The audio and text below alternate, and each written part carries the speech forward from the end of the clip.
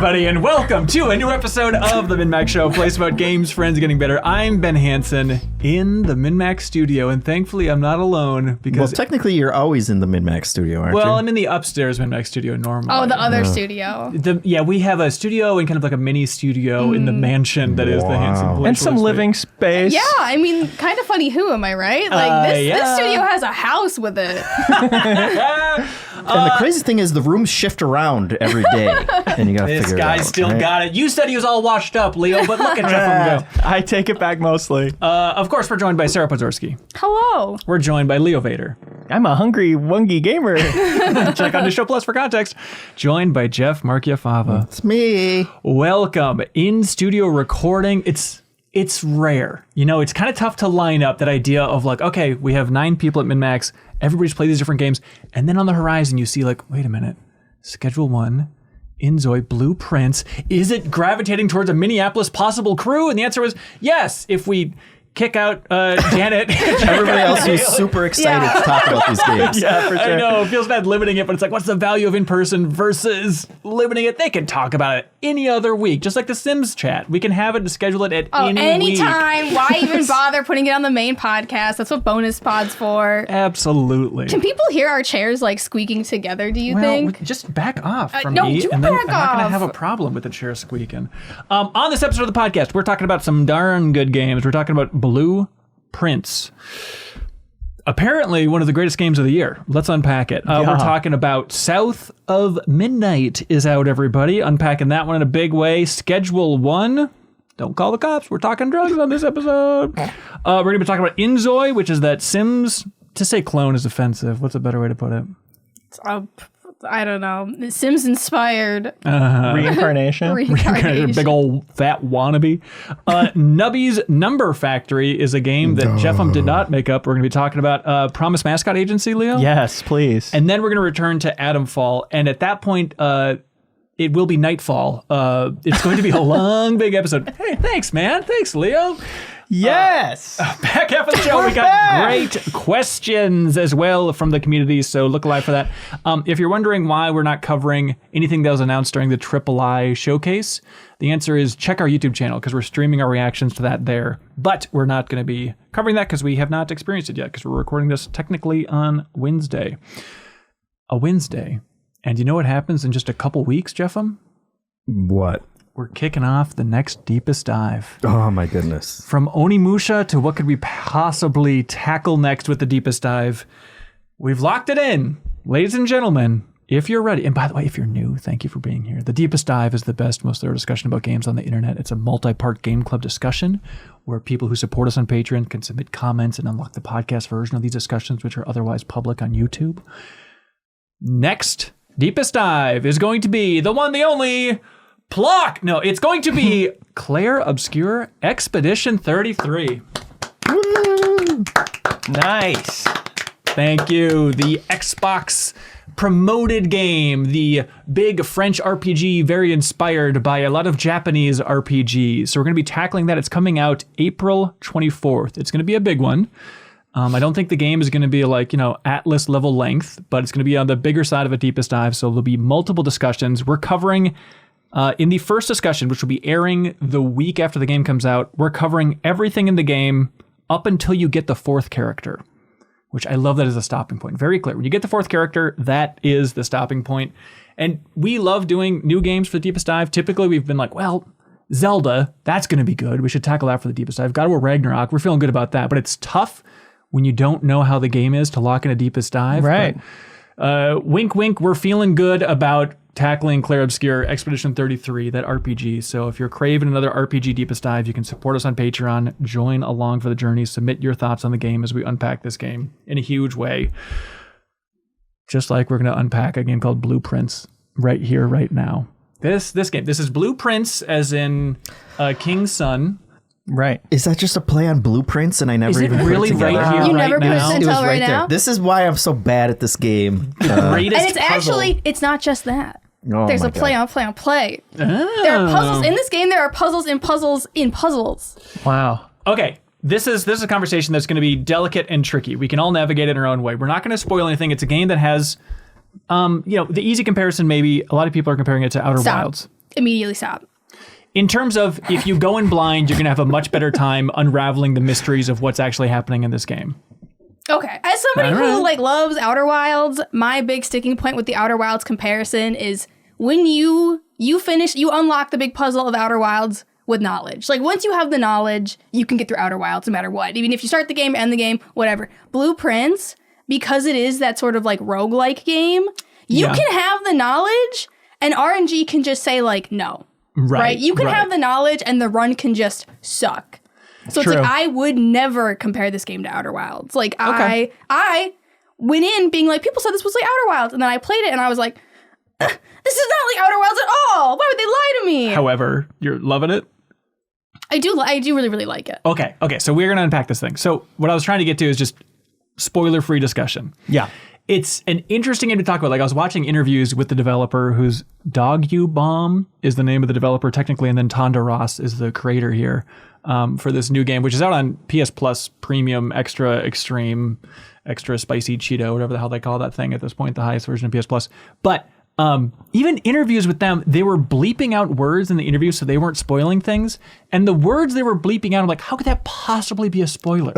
Like the things they're describing, there's no way. So basic premise, this is first-person puzzle game. You know, the developer is a huge fan of Myst. Riven is his favorite game of all time. But it has a funky structure where you're entering this mansion that you've inherited, but you can only inherit the mansion if you can find the 46th room. And then the roguelite element that Sarah mentions is at the end of every run, every day, every time you run out of steps that you can take or rooms you can enter, then everything resets and you're building up the mansion again. And it's like Hypercube. Everything's just rearranging in the mansion as you go in again and uncover these different things. It's like Hypercube. We all know Hypercube. It's kind of like a Hypercube-like more than a, Outer Wilds-like. But is that the basic premise? That's the starting line for talking blueprints? Yeah, it feels like Betrayal or any other board game like that where you're laying out the tiles and matching the doors together. There's that basic level of good feeling from laying out a house like that and being just, separate from all the mysteries and everything. It's just like really satisfying to end your day with, damn, I filled this house. I could get everywhere. And I had these places that link together. Like there's that level of laying it out is just satisfying. Yeah, it is funny. Like to start it out, I was like, oh, I was not expecting it to feel just like Betrayal. And like Dan Reichert's been over the moon about this game, and he's never played Betrayal, so I was like, oh, it's kind of a nice indicator of like, okay, and you're gonna like it because it'll remind you a little bit of Blueprints of just getting to choose which room as you're slowly building out this mansion. Okay, I'm like 2 hours in. I'm a little baby stupid boy. Jeff, where are you at? You're in that ballpark too, right? I'm like twice that amount. Wow. So I'm pretty good. Big boy on campus. Leo? 19 hours. Okay, Sarah? I'm 30 hours. 30 hours deep. This is the part that when I'm only 2 hours in, I'm trying to fathom because I think the game is cool so far. But the way people are talking about it is like, oh, that's cute. That's cute that you're going through the rooms and sometimes there's a room tile that you lay down. It's like, oh, there's a little puzzle in here. They laugh in my face just like you're doing. And I'm happy about that. And I'm happy to be talking to you two guys because that's where I am at this point. And it's just like, everybody's talking about this is a great puzzle game. And I've seen like 2 or 3 puzzles and I don't. You know what's amazing though is you have seen 100 puzzles and not realized it. Okay. Yes, no, Leo is That's cool. so true. Like 30 hours, I've walked through these rooms over and over again, and I'll walk through a room, and then I'll just stop and I'll be like, wait a minute. And I'll just turn and I'll be like, puzzle? Yeah. Puzzle? So it's so fun because like it's fun to go into this game and it very much prepares you for, there's a little note you can find that's like, hey, keep a notebook, you big fat And you know dummy. it's bad when the game's like, you're going to want to write this down. I know, but it makes me more excited, like to have a game where it's like, if you aren't focusing 100%, you're such an idiot. So as I'm going through, I'm just writing down everything of like, okay, there's a playing card in this room, and then this room, there's this thing that is on the wall, and it kind of looks this way, and then there's this over here. Like, is that the level of note I should be taking if I want to make the most out of this game? There's more notes that you should be taking, but that is also where I started. I started in a very similar spot. I would say my suggestions for like if you're picking this game up for the first time is whenever you have a room option, always pick the new room because there's always something new in it. Like Very important. The point of the game is like you're on this sort of like playing board and there's like the antechamber at the far north and it's 8 squares or 9 squares away. It's like it's far away and the game's like you have to get there, right? And I was hyper fixating on trying to build my way there as quickly as possible. Yeah. But it's actually better to prioritize the new rooms that will actually have puzzles and pieces of information that you can unlock to make things easier for yourself. Like there's other puzzles to solve. There's like things you need when you get to the room. So it's like I would always prioritize a new room over like just trying to get there. The stupid main path is the idea of like, okay, how do I not just cut off every route possible to me? Which room is going to leave? Okay, this hallway is going to extend up here, so then I can technically get in through this way. Just don't make myself hit a dead end here. Or can I afford a dead end that'll give me some resources because I have these other possible routes to go? But sometimes you'll then get a draft where you get your 3 rooms to choose from, and all of them are dead ends, or none of them help you. And then I cry. And then you cry. And then you just cry and start over. And there's like ways you can mitigate that risk, but I think, a lot of people see a game like this and they're like, am I going to be too dumb for this? Everybody seems really hot on it, but they're taking a ton of notes and they seem really smart, and that doesn't seem like me. That is also not me. Like I fell off Lorelei really quickly in a lot of games like this, but this game has a really smooth onboarding where it's like you detect certain mysteries and you get pulled in one by one until you're seeing all these threads. It's like really gradual and feels really personal, like it's this adventure you're going on or whatever. But the luck is going to be more frustrating for people, I think, when they have a run end out of nowhere, thinking they have all these chances like, oh, this is helpful. If I can get this other room, this one room becomes really useful to me, and that just not happening will feel bad. But there are ways to mitigate that risk. There are ways to get resources that let you re-roll rooms. And frankly, I had a run end of heartbreaking. Such a huge house, and I had like one specific goal that was not going to be that hard to get to, but I just ran out of like gems. You need gems to gems and keys and specific keys to unlock specific doors. And I think what I had to learn the hard way with this is you have to be flexible. You do. You have to be flexible. So you have to like, you can't go in and being like, I'm going to get this room and this room, and when I get these 2 rooms, some rooms you need to have rooms attached to them. Yeah. So it's like you're very much like depending on RNG, right? And you're like, I'm going to go in and get this room, this, and this room, but you can't. You have to see like, what does the game give you? And then explore that. Like I have like 2 or 3 puzzles that I'm working on at a time, and I'm just like, okay, like let's see what happens if I like try this or I go this way. But I've been playing for 30 hours, and I am pulling rooms that I have never seen before. And that's with new clues in it. Okay, so the frustration is you might get screwed over by the RNG every once in a while, but then the benefit is, I mean, people are playing this game for 100 hours and still discovering new stuff. So just have that level of like freshness with the RNG in a puzzle game is the part that feels wildly unique. Yeah. Wildly unique. Right. But you have to bring like patience to it and openness. And like Sarah's saying, I was too zeroed in on that run. And at the end of it, I'm walking back through the house I created with tons of extra steps. Oh, I had so many steps. That wasn't a problem.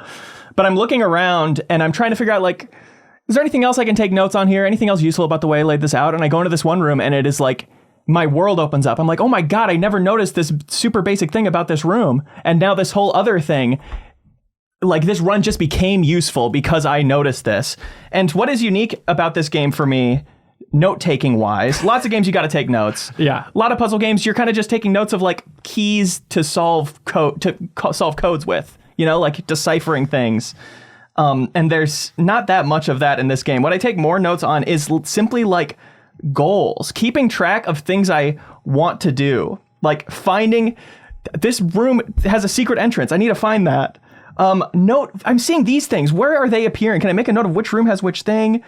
There's this one thing that seems locked. Can I unlock that? Just like remembering what these open threads I have. It's like my own little mission diary here that has like 20 items in it. And that one thing I found ended up being like, yes, I can check this off now. I've achieved this goal because I figured this out. Yeah, there are literally notes that I took within the first 5 hours of the game that I didn't use until like hour 15. And I'm like you walk in here, you can look at my notes. I am. Tell me if how many spoilers are in here? I don't think, the thing is this looks like the Zodiac Killer wrote these notes. Yeah. These are just drawings of Sonic's feet. Oh my God. So it's like, I don't think if you gave someone else your notebook, they would be able to decipher it. Similar. Like, I think I saw Leo's, and I can help you with something in there if you want. But like, nice. This is psychotic. And that's the thing is, again, you don't know where these puzzles are. And so what a lot of people are doing, I'm curious what people at this table are doing, is not just notes, but screenshots of every document. Because I have photos on my phone. There's no more progress on my phone. It's just me taking a photo of my computer screen. Perfect. Yeah, I just have like shift tab to Steam to go to the screenshots folder constantly because, you get this document, you don't know if it's useful, you have to get lucky and get this room to even see it again, so you take these screenshots. And there are times where I'm like, does this connect to this? And I have to go back 100 screenshots ago and I'm like, there is some code hidden in here that I had no idea, and now I have access to that. So that's really unique to it, is screenshots of everything. And some people might find that annoying, but it's cool to be building this library to me. Yeah. And Jeff, you're going with like temporary tattoos on your body, or how's your... Yeah. Okay. I can read them backwards when I look in the mirror. This makes me want to pick it up again and play more because I've only done like a couple of runs. I got to the antechamber, but you can't get into it, and I was like, well, I don't even know what to do next. And it's good to hear that there's naive, apparently. all this other stuff that I have been missing, but now I'm gonna have to get myself a cool little notebook and start taking notes because I wasn't. And you, the rule is you're given as you start the game is kind of like the house will reset at the end of every day, and you can't take anything out of it. So it feels pretty hard roguelike that way, and just like you're going to be gathering information, but resetting everything. But I hope it's not too much of a spoiler to say there are permanent upgrades and things. There's ways that you change things outside of the specific rules you're given that make it really satisfying and not like you're hitting a bunch of dead ends. It feels like you're working towards something. It's just so weird to have a structure of a game like this. Like, I feel like most puzzle games, and there are exceptions, but most puzzle games, like, all right, solve this puzzle. Okay, hotshot, solve this puzzle. Okay, hotshot, solve this puzzle. So it's so cool to like empower the player in this way, to give you some semblance of choice of which direction at least you're laying out the house, and some semblance of making it feel a little bit like a strategy game in some ways for like how you're building this thing over and over again. The idea of any two people going through this game the same way is completely unfathomable. and trying to talk about it with other press people who are playing it, which this is a game that you want to talk about when you're playing it. You want to compare notes and go like, what did you think of this? Has anybody solved this? Or whatever. But don't give it away. Just give me like a hint. That's really fun to have those kinds of conversations. It's so hard to like vibe check people. You're like, so... did you get to the... And then you just kind of look at them and you're like, and have you unlocked the...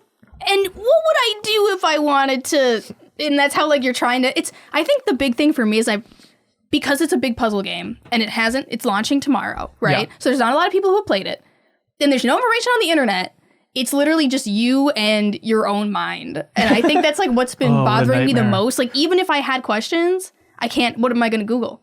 Nothing. Like there's nothing. There's very little online about it. So I'm just kind of like, okay, well, I guess we'll go in the other direction for a little bit. Like the thing about this game is like I finish a puzzle and I'm like, there, I did it. Like I just know this is a big thing and I've solved it and now this is going to make my life so much easier. It's another puzzle. The reward for solving the puzzle was another puzzle. And it'll never end apparently. And I think it'll never end. This forever. And I love it. I'm uncovering like there's like so many layers to this, right? There's like the main level, but there definitely is things that I don't think you need to solve every puzzle to finish the game. Yeah, you can roll credits and you can roll credits and not have seen. I think you haven't even like gotten down to like the deeper part of the iceberg, and you could already roll credits on it. Okay. Yeah. Something also unique to my notes in this game is a lot of questions where I go, does this mean this? Or if I do this, does this happen reliably? There's so much of like, is this how this works? That you're just figuring out the logic of the house. That's really cool. And so many of them are, does this work this way? No. Eventually coming back, no, not at all. You go down these completely wrong. Like I have so many notes of like, yes, this and this and this and this, and none of it ended up mattering. But you just like find your own threads, and that means you invent them sometimes. But when you are like in sync and you tap into something that's really going on, it's a really, really cool feeling. Yeah. And I'm like deep in since this is, you're coming to this house, your uncle has passed away and he was a baron, so it's like you're gonna inherit it. But it's like I'm stuck in like the family drama aspect of it too. It's deep. Really? There's deep. Big year for wills between Rittries and honestly, blueprints. Yes. Yeah, I read one review when I was trying to figure out what the hell to make of this game because I wasn't getting anywhere, and they were like, oh, there's so much about the family tree and all this strange stuff, and I'm like, I've seen like one picture of a person. Like I have no idea.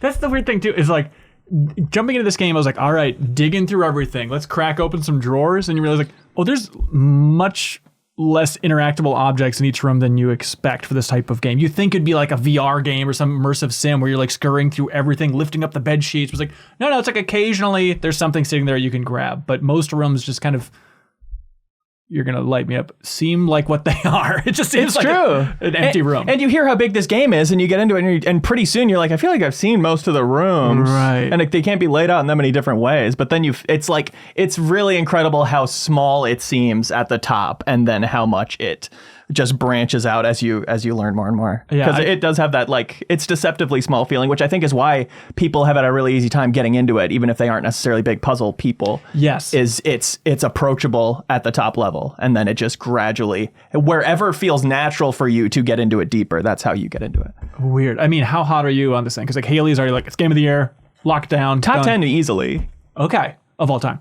I feel like we're on the lower end for like the way people are talking about this. Like right now on the Metacritic, it's it's right below Split Fiction and Monster Hunter Wilds. Yeah. Or it's up there with it. Yeah, I think those are the top 3. Top 10 for me this year, I think it'd be really crazy if it got knocked off at all. And the first game I played this year where I was like, I could see this being MinnMax's game of the year. Whoa. Okay. Yeah, what's crazy is like people will play it for like an hour or 2 hours and they'll be like, game of the year, and I'm like at hour 30. And I'm like, I do believe it's like a really, really good game. And I'm like, you haven't.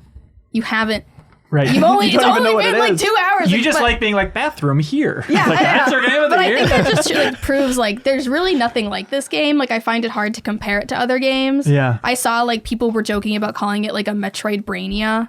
Mm-hmm. And people were saying that we're not allowed to call it that. Mm-hmm. But like there's really nothing like it. And if you like puzzle games, you'll like this game. I feel like after I play this game, I don't want to solve another puzzle in a video game ever again. Okay. Like none of these like Zelda puzzles. Like I just feel like completing this game, I should get a PhD. Yeah. And the ability to never have to play a shitty video game puzzle ever again. Yeah, I agree. That'd be nice. Yeah. I don't consider myself a puzzle game person either, but it's still drawn me in. Because of like the roguelike stuff, because there is still that satisfying resource management and like learning that system almost is what brought me in. And then it's just the rest of it is too exciting to be like invested in all these different threads that I have to figure out to like stop playing. Yeah, the development's a weird situation too, where the lead developer here, he created it 8 years ago. And he said he made it in about 6 months of like, okay, here's the build with like, Unity assets thrown in there and stuff and figuring out, okay, the secret to the 46th room, that was done. And then it's just been iterating, art director, music, obviously, but just like adding more and more depth from that. But I love that idea that like the core concept has been around for 8 years and you've just been playtesting it and adding more layers than apparently we could possibly imagine. It does feel on that Spelunky level of like this first game that is the only thing that's like itself right now, and it just comes out perfect. Yeah, there you go. Blueprints. There we go. This is like, can you imagine being the publisher of Raw Fury? Like, talk about the dream get. Look, puzzle game. Okay, there's a lot of those these days. Let's see how this is going. And now it's like, all right, everyone's screaming, game of the year, Blueprints. The answer was Blueprints. That's what the industry needed. That's right. There we go. Blueprints. Again, it's on PS Plus, but also it's everywhere except for Switch, I believe, for that thing. It's on Game Pass as well, right? Ooh, is it? Yeah. Oh, one of those rare double entities? Yeah. Fun. Sea of Stars, I think, was maybe the last one. That was the exact same bucket. But Jeff, just because it feels maybe a little bit related, what's with you and Inscryption? Why are you in love with Inscryption in 2025? Oh, yeah. I tried to play Stalker 2 because I liked Atomfall so much, which we'll get back to. Yeah. And it was on Game Pass, and I put it on my Series X, and it ran so bad that it instantly gave me a headache. And so I was like, well, what other games are on Game Pass? And Inscryption was there, and I was like... I remember everybody yelling at us that this should be our game of the year. I was yelling that. Were you? Yes.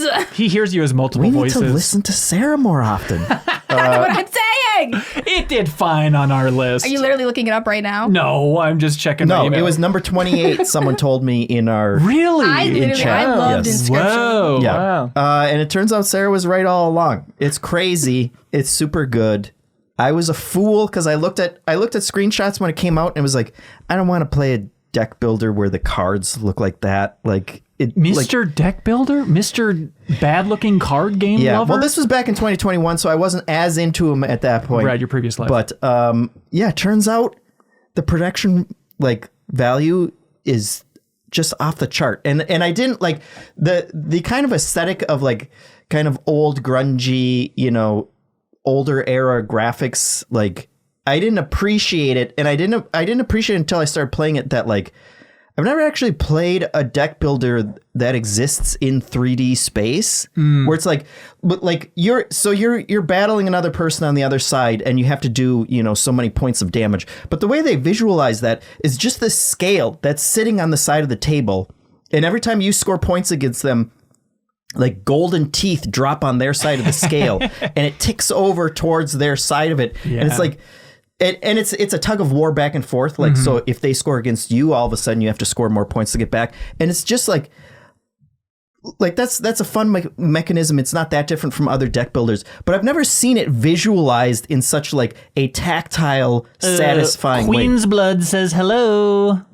No. Okay. Well, Are you serious? Did you really bring Queen's Blood? I'm just saying it said to hello. the That's all I'm Inscryption saying. table They wanted right to say now? hello. Now I'm going to say hello back?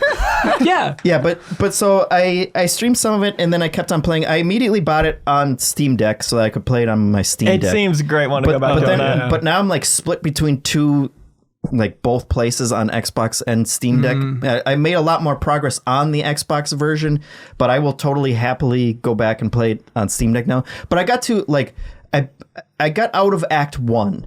And that's when everything changes. And I feel bad because this is what everyone said. And what Sarah said to us, like, it gets crazy. And it's like, okay, well, that sounds cool that it gets crazy. But it really does get crazy. And once you see how, like trying to avoid spoilers for people, I think does a disservice to the game because, like, it changes into a completely different game. And, like, completely blows wide open in terms of what you're doing and the deck building aspects of it. And just becomes this whole other thing. And I'm sure there's even more. I'm sure Sarah's sitting there thinking you're a fool and you haven't even seen what comes next. But She wrote it in her notebook over and over again. she did. Fools. I'm surrounded by fools. But yeah, turns out it was really good all along. Dang it. Inscryption. Dang it. I'm curious to see because like the best thing I ever heard about that game was something that happens later, and I'm curious how it works on a Steam Deck. So please report back with full spoilers for Inscryption once you figured out how that all works. Yeah, to have a man vouching for it is great. That's Yeah, really that awesome. actually would really help it. We should. 2021 was a hard go-to year for me, if I remember correctly. Yeah. I disagree. Chicory got number 1, right? Yeah, but So it was still a rough was that year. the Therefore, no Chicory one year? can complain. That was the Chicory year. Averaged out. But it could have been the Inscryption year. Leo, how many times have you seen the Minecraft movie at this point? It's high triple digits. High triple. Yeah, I get that. Hootin', hollering. Did you know that before Minecraft was a hit box office smash film from Hollywood? From the director of Napoleon Dynamite? Holly weird, but go on. It used to be a video game. Whoa. Created by a man named Notch, if you remember the legend of one Marcus Person and Notch. Try not to. Well, this is the thing. What if somebody dug in deep? There's a podcast from BBC, everybody. This is an ad. There's a podcast from BBC called The Good Bad Billionaire. And so they go through and kind of give the journey of a bunch of different billionaires, figuring out how do they get their money, what is their life like these days. And so I subscribe to it. If we're going to be promoting it on the podcast, I want to check it out. I'm a bit of a podcast junkie. And I was like, oh, Notch? I want to hear that story. Just to remind myself. Like, you think you know the story of Notch and Minecraft, but going back and listening to it, it's like there's so much in there that I did not know. There was so much interesting along the way. Like, I forgot that the company that Notch used to work at in Sweden eventually became King, the creators of Candy Crush. And like, he tried making a game, like leading his own game that then was absorbed and like launched as a King game. Well, before it was called King, but you know what I mean? And I guess it just completely bombed. It's like, oh, I didn't know that. That's so weird that like he had like a pet project that he gave to them, and then that didn't work out that well. And then he's like, well, I'm gonna go to TigSource and actually develop this game called Minecraft on my own. And then it explodes. But there's so many twists and turns to that saga that you forget. Like, remember he was making that game called C to the power of 10 after Minecraft for a while? And he was Is like, that like the space one? yeah, the weird space cube thing for a while. And also a lot of, tragic stuff in his life you probably forget about. But then it's like, Notch, he eventually went off the rails. And that's what the podcast dives into in a lot of ways. Not overlooking how much he went off the rails. But it's fascinating to hear. You rarely hear billionaires be that transparent about how miserable they are. And that's what I think is fascinating about the story of Notch that this podcast called The Good Bad Billionaire really gets to. Of like having him write in his blog about like, yeah, I got billions of dollars and I'm having a bunch of parties at my house. Like I invited Jay-Z and Beyonce and Tony Hawk and we're all partying at my house and I've never felt more alone. Like this feels terrible. And it's just so crazy to have somebody openly talk about the way we all assume every billionaire feels. Right. Yeah. Anyways, so there we go. To hear more about Marcus Persson, listen to Good Bad Billionaire, the podcast from the BBC on Apple, Spotify, Amazon Music, the BBC app, or wherever you get your podcast. It's not just a Notch podcast, by the way. That's just one episode. There's a whole bunch of other ones. Taylor Swift and drug dealers, some real bad, scary people. Taylor Swift was dealing drugs? They get into it. She actually made Schedule 1. That's right. I'll be damned. Should we dive into Schedule 1 here? What a game. What a moment for what a game. You know? What a moment for what a game. Like this, I feel like this came across all of our, desks the same way. We're games media. We have this list of games that are going to come out and games that we're going to cover. And then all of a sudden, like out of nowhere, it's like, oh, every Twitch streamer I'm watching is playing Schedule 1. Yeah. It has like millions and millions of downloads. It's got millions of players. Like Steam puts it as like the banner, which you know how hard it is to get like the front page banner on Steam? Is that money? It's hard. Or momentum? It could be, the thing is it's momentum. Mostly, it can be money or momentum. Okay. And it's hard to get momentum. That reminds me of the based. Good Bad Billionaire podcast. No, it's funny. Like seeing screenshots there, I was like, this looks like a Steam of the Cream game. This game has a real cream Excuse me, vibe it's cream to of it. Steam. Ben, this is why we had to cancel it. Oh no, that's right. You cream. spit on its grave. The game felt creamy. Is Yes, the thought no, from it looking totally at it. did. And I mean, we all played it, and I was like ready to be wowed. I was like, what are the secrets this game is hiding?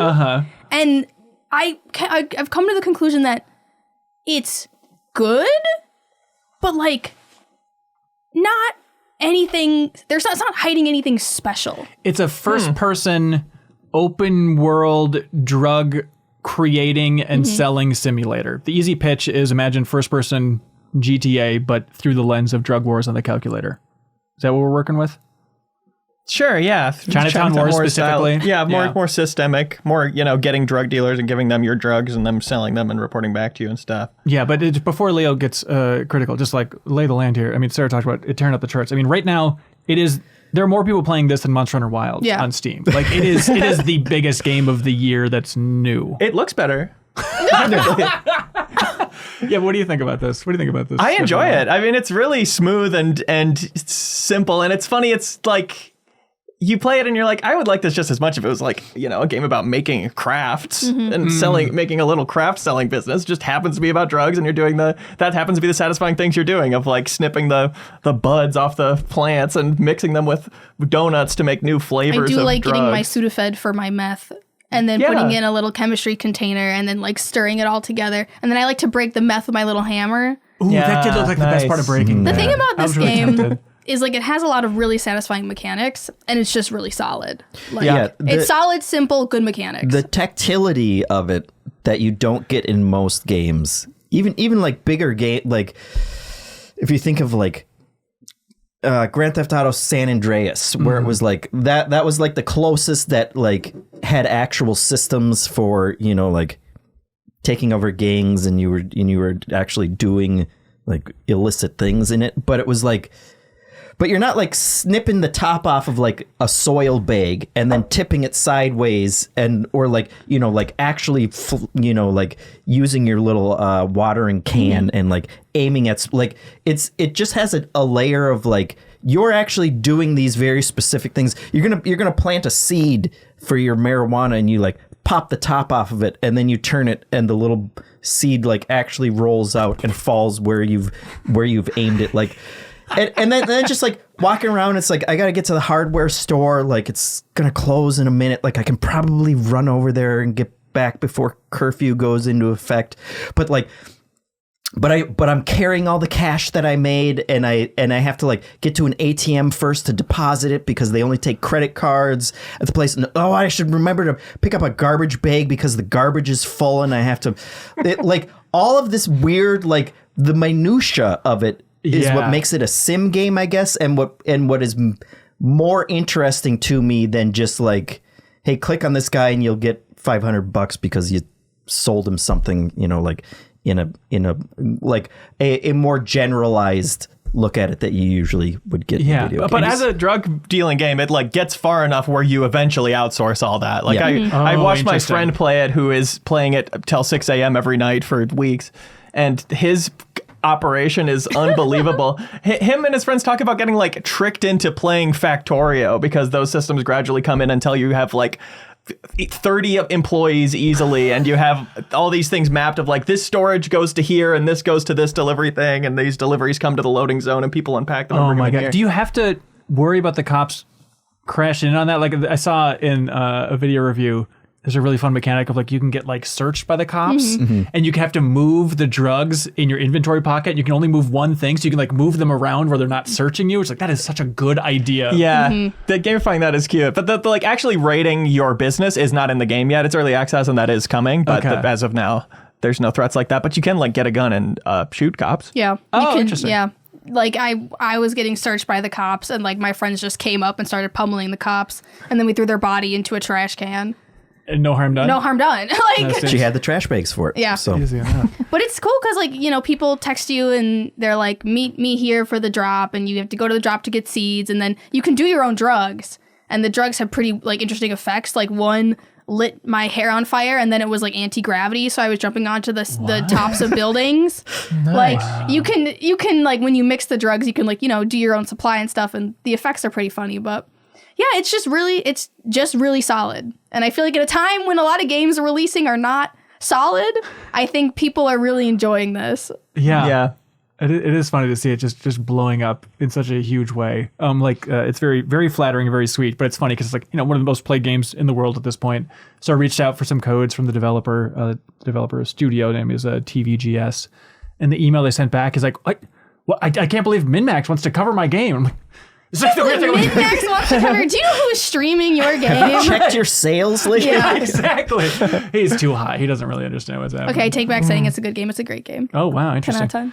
out of 10. So co-op, is that a big component? Like, I think it adds a lot to it, but Okay. a lot of people do solo runs, and I think you just progress a little bit slower, and you have to rely more on like your dealers and your employees. Whereas like when you play with a group of people, you all usually just assign your own tasks. Like I tend the marijuana buds. You know, that's my job. nice. I make sure that the marijuana is growing well. And then we have gardener. like the dealer. And then we have the person who's like, you progress through owning different buildings. Like you go from the motel to the room above the Chinese food to like your own home to like a warehouse. So it's like you kind of got to complete more main story objectives. But I would say it's better as like a multiplayer game.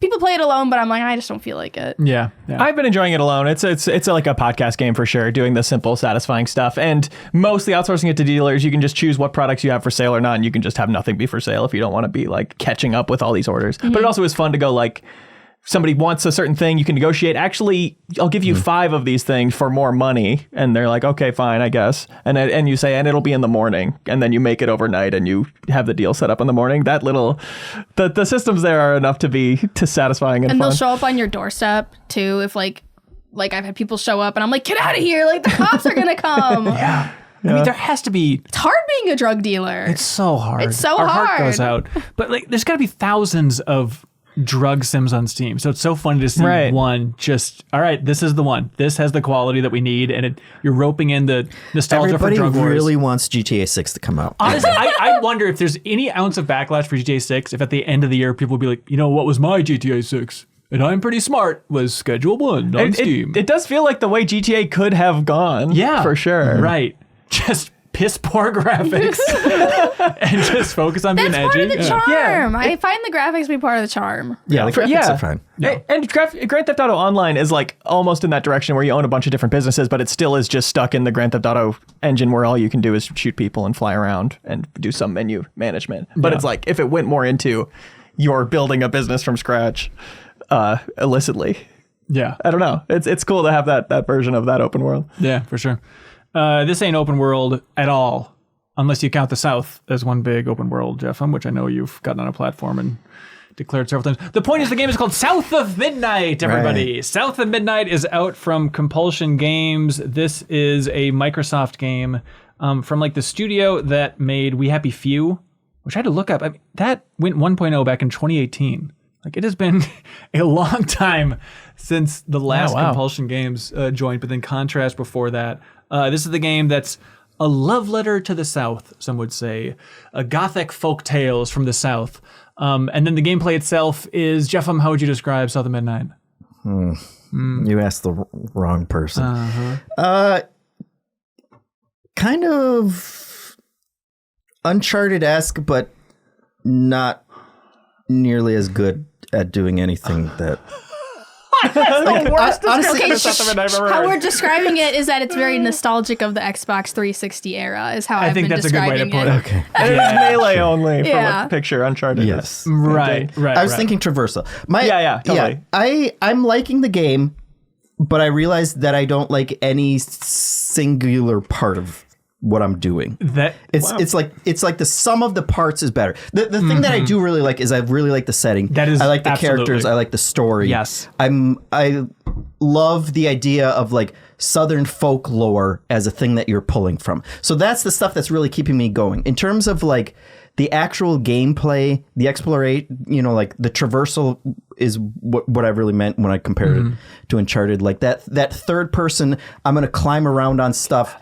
Nothing really feels good about it. It feels pretty janky. It feels like I'm always trying to jump on something and then I float there for a second, or like I'm not getting up ledges. Like that kind of stuff is just doing nothing for me. I don't particularly like the combat. I think the combat is more fleshed out and a bigger part of the game than I was expecting. But I just don't like games where it's like, go into this area, we're going to lock you in, Yes. we're going to spawn a couple waves The of DMC enemies. kind of arenas. It is funny because I beat the game. I enjoyed it a lot. Cool. But still, every time you got into a combat arena, I was like, you guys, you don't have to do this. Like, we don't need this much combat in the game fighting the same enemies like, again and again.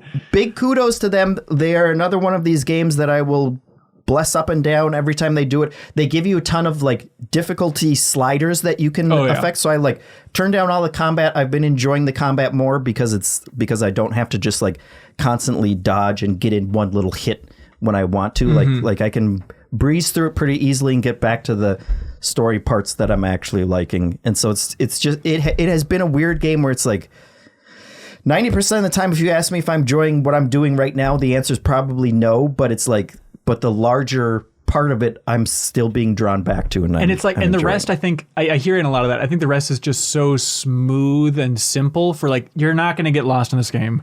You hit R3 Dead Space style and they go, Hazel, come this way. Hazel, That is a great I like that. effect. Like the presentation, including stuff like that, is really, really cool. Yeah. And so everything there just makes it so smooth to keep rolling through. Sarah, if you don't did you guys stop know that Ben reading- has like, he takes like a lot of notes for the podcast? I never knew that before. But I'm sitting next to him and he has like pages and pages of notes. Yeah. And I've never taken notes for the podcast before. It's because you're a professional. It's I'm still a not a- rookie. But you've got a book there at least. Yeah. Come on. My 13 blueprints notes. Shall we go through them? But that's the thing, is like it'll keep you moving forward, and that setting and the story and the characters and the presentation, which is all kind of a stop motion animation look, like that is, it feels so unique that like that is what's propelling me through the game. Even if, the classic example is like, without spoiling it, even like the final boss, I was like, please don't let this be the final boss. This is such a disappointment. But like, okay, I still really like the game, even if you can see kind of the production limits here and there. Like I hit several bugs. I got stuck in geometry a couple times. There's a lot of kind of like those pops, like jumping between cutscenes to gameplay and stuff like that I think maybe with patches will be smoothed out. I was playing pre-release technically. And also like, coming from Compulsion, I'm so happy that they have been tackling bigger and bigger projects. Like I played Contrast way back in the day. It's like, you've come so far and that's really cool to see. Yeah. It's just, I like the story stuff more than like I have done this kind of traversal and combat before in many different games. And this isn't adding anything new for me, which sounds like a really shitty criticism. Like very jaded criticism. I understand. You're definitely out of line, but are you guys digging it? Yeah. I mean, I have only played, I think, like 3 hours of it.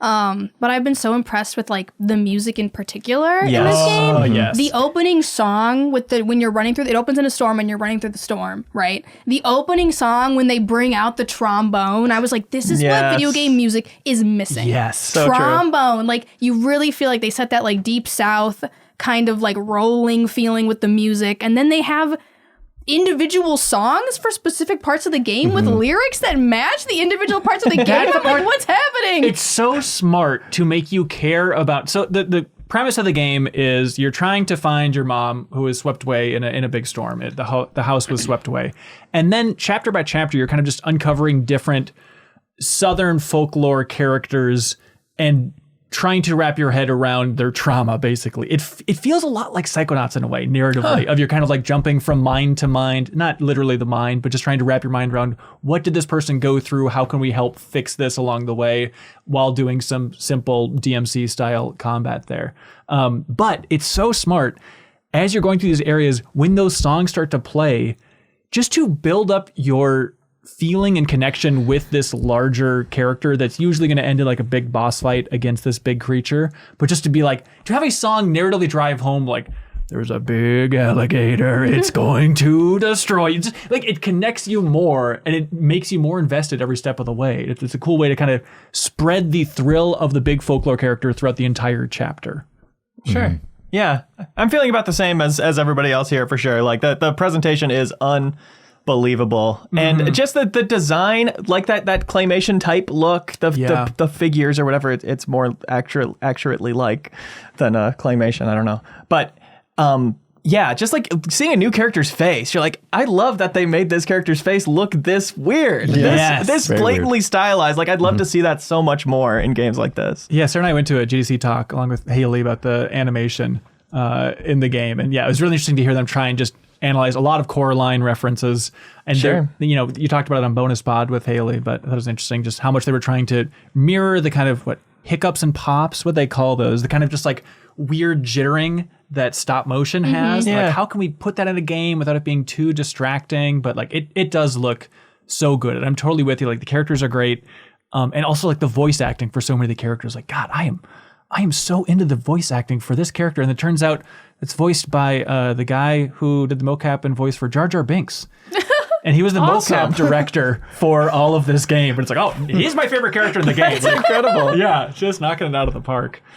But on the music front too, like, yeah, the big themes are great, but then also just the small details of like getting into combat. For most of the combat, how it's just like pretty simple raw drums as you're playing. It's like, why does this feel so rare in a game just to have this level of kind of, I don't know, tactile nature to the soundtrack even? I don't know, Leo, as a drummer, was that standing out to you? Sure, yeah. I mean, like, it's totally... Every time a game has needle drops like this, where the music matches and fits and is like such a part of the experience, everybody is like, I want more of this. You know, we all love it, and games don't do it that much for some reason. It's weird that we still, I don't know, probably we all do this, not just me. Think of the Saints Row the Third moment with the Kanye West song. Of course. When we think about good needle drops in games, even though that was 15 years ago, that's still like one of the most relevant examples of it, because it's so underdone. But it is really, really cool to see them lean into that so hard, with especially with like a new genre you don't see really focused on. Right. Yeah. The animation is awesome. Specifically, my favorite animation of the year so far is, it's like when you respawn, I think when dying in combat only, there's this. The whole thing is about weaving. She's a weaver. It's very kind of thread-based. They could have called it Eternal Strands, really, and nobody would have blinked an eye. Although I will say, South of Midnight, the more I think about it, that is a great name for a game. Yeah. It's cool, mysterious. But the animation when she respawns and she like comes in on that string, kind of like like a spider Spider-Man. web. Yeah, like it looks so damn cool. Are you into do you have Crouton yet? The little buddy character? No, not yet. Okay. Yeah. Curious how you react to him, because it's like a little buddy that you can control. And you know, to your point of gameplay not ever being really revolutionary, it's like, it's a little buddy you can control. Isn't it fun? He can kind of crawl into small holes and uncover secrets in there. Press a button on there when you get to exactly. It's like, okay, it's not that interesting. It's like, but also in combat, you throw him and then he takes control of an enemy and fights for you. It's like, all right, this little crouton freak went from a 0 out of 10 to a 10 out of 10 if he's helping me in combat in this huge way. And it's so fun just to like toss him and take control. Like, okay, that health bar is blue. Let's focus on this now. It's fun just tossing him at everything, honestly. It's like I'll be like walking past some shack or something. It's like, can he go up there? And you just like whip him against the wall and he like goes, Wait, like I'm just constantly chucking him at stuff. Is it like a spider?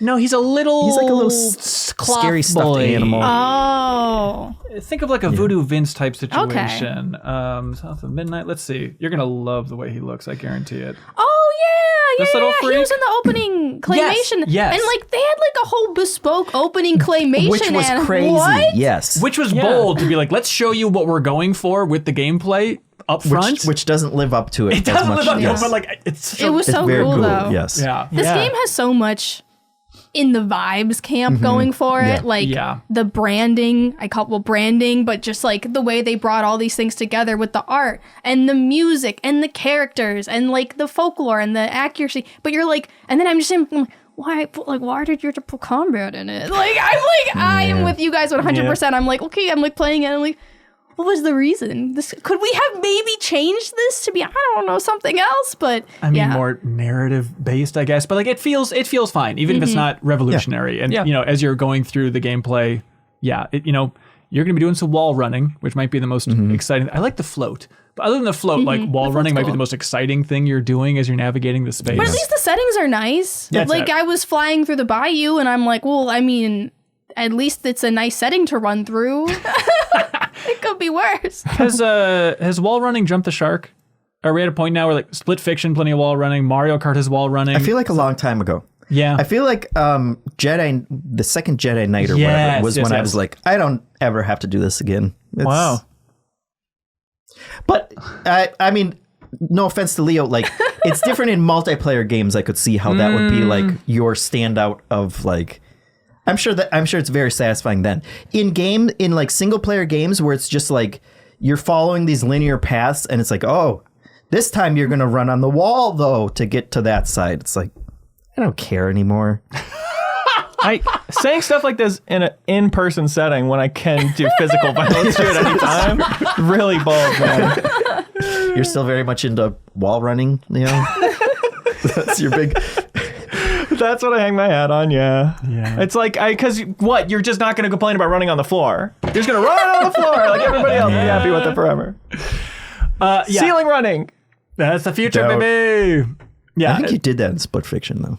Yeah, you actually do a lot of that in Split Fiction. Which, by the way, I beat just a couple days ago here. We got the full playthrough up on YouTube.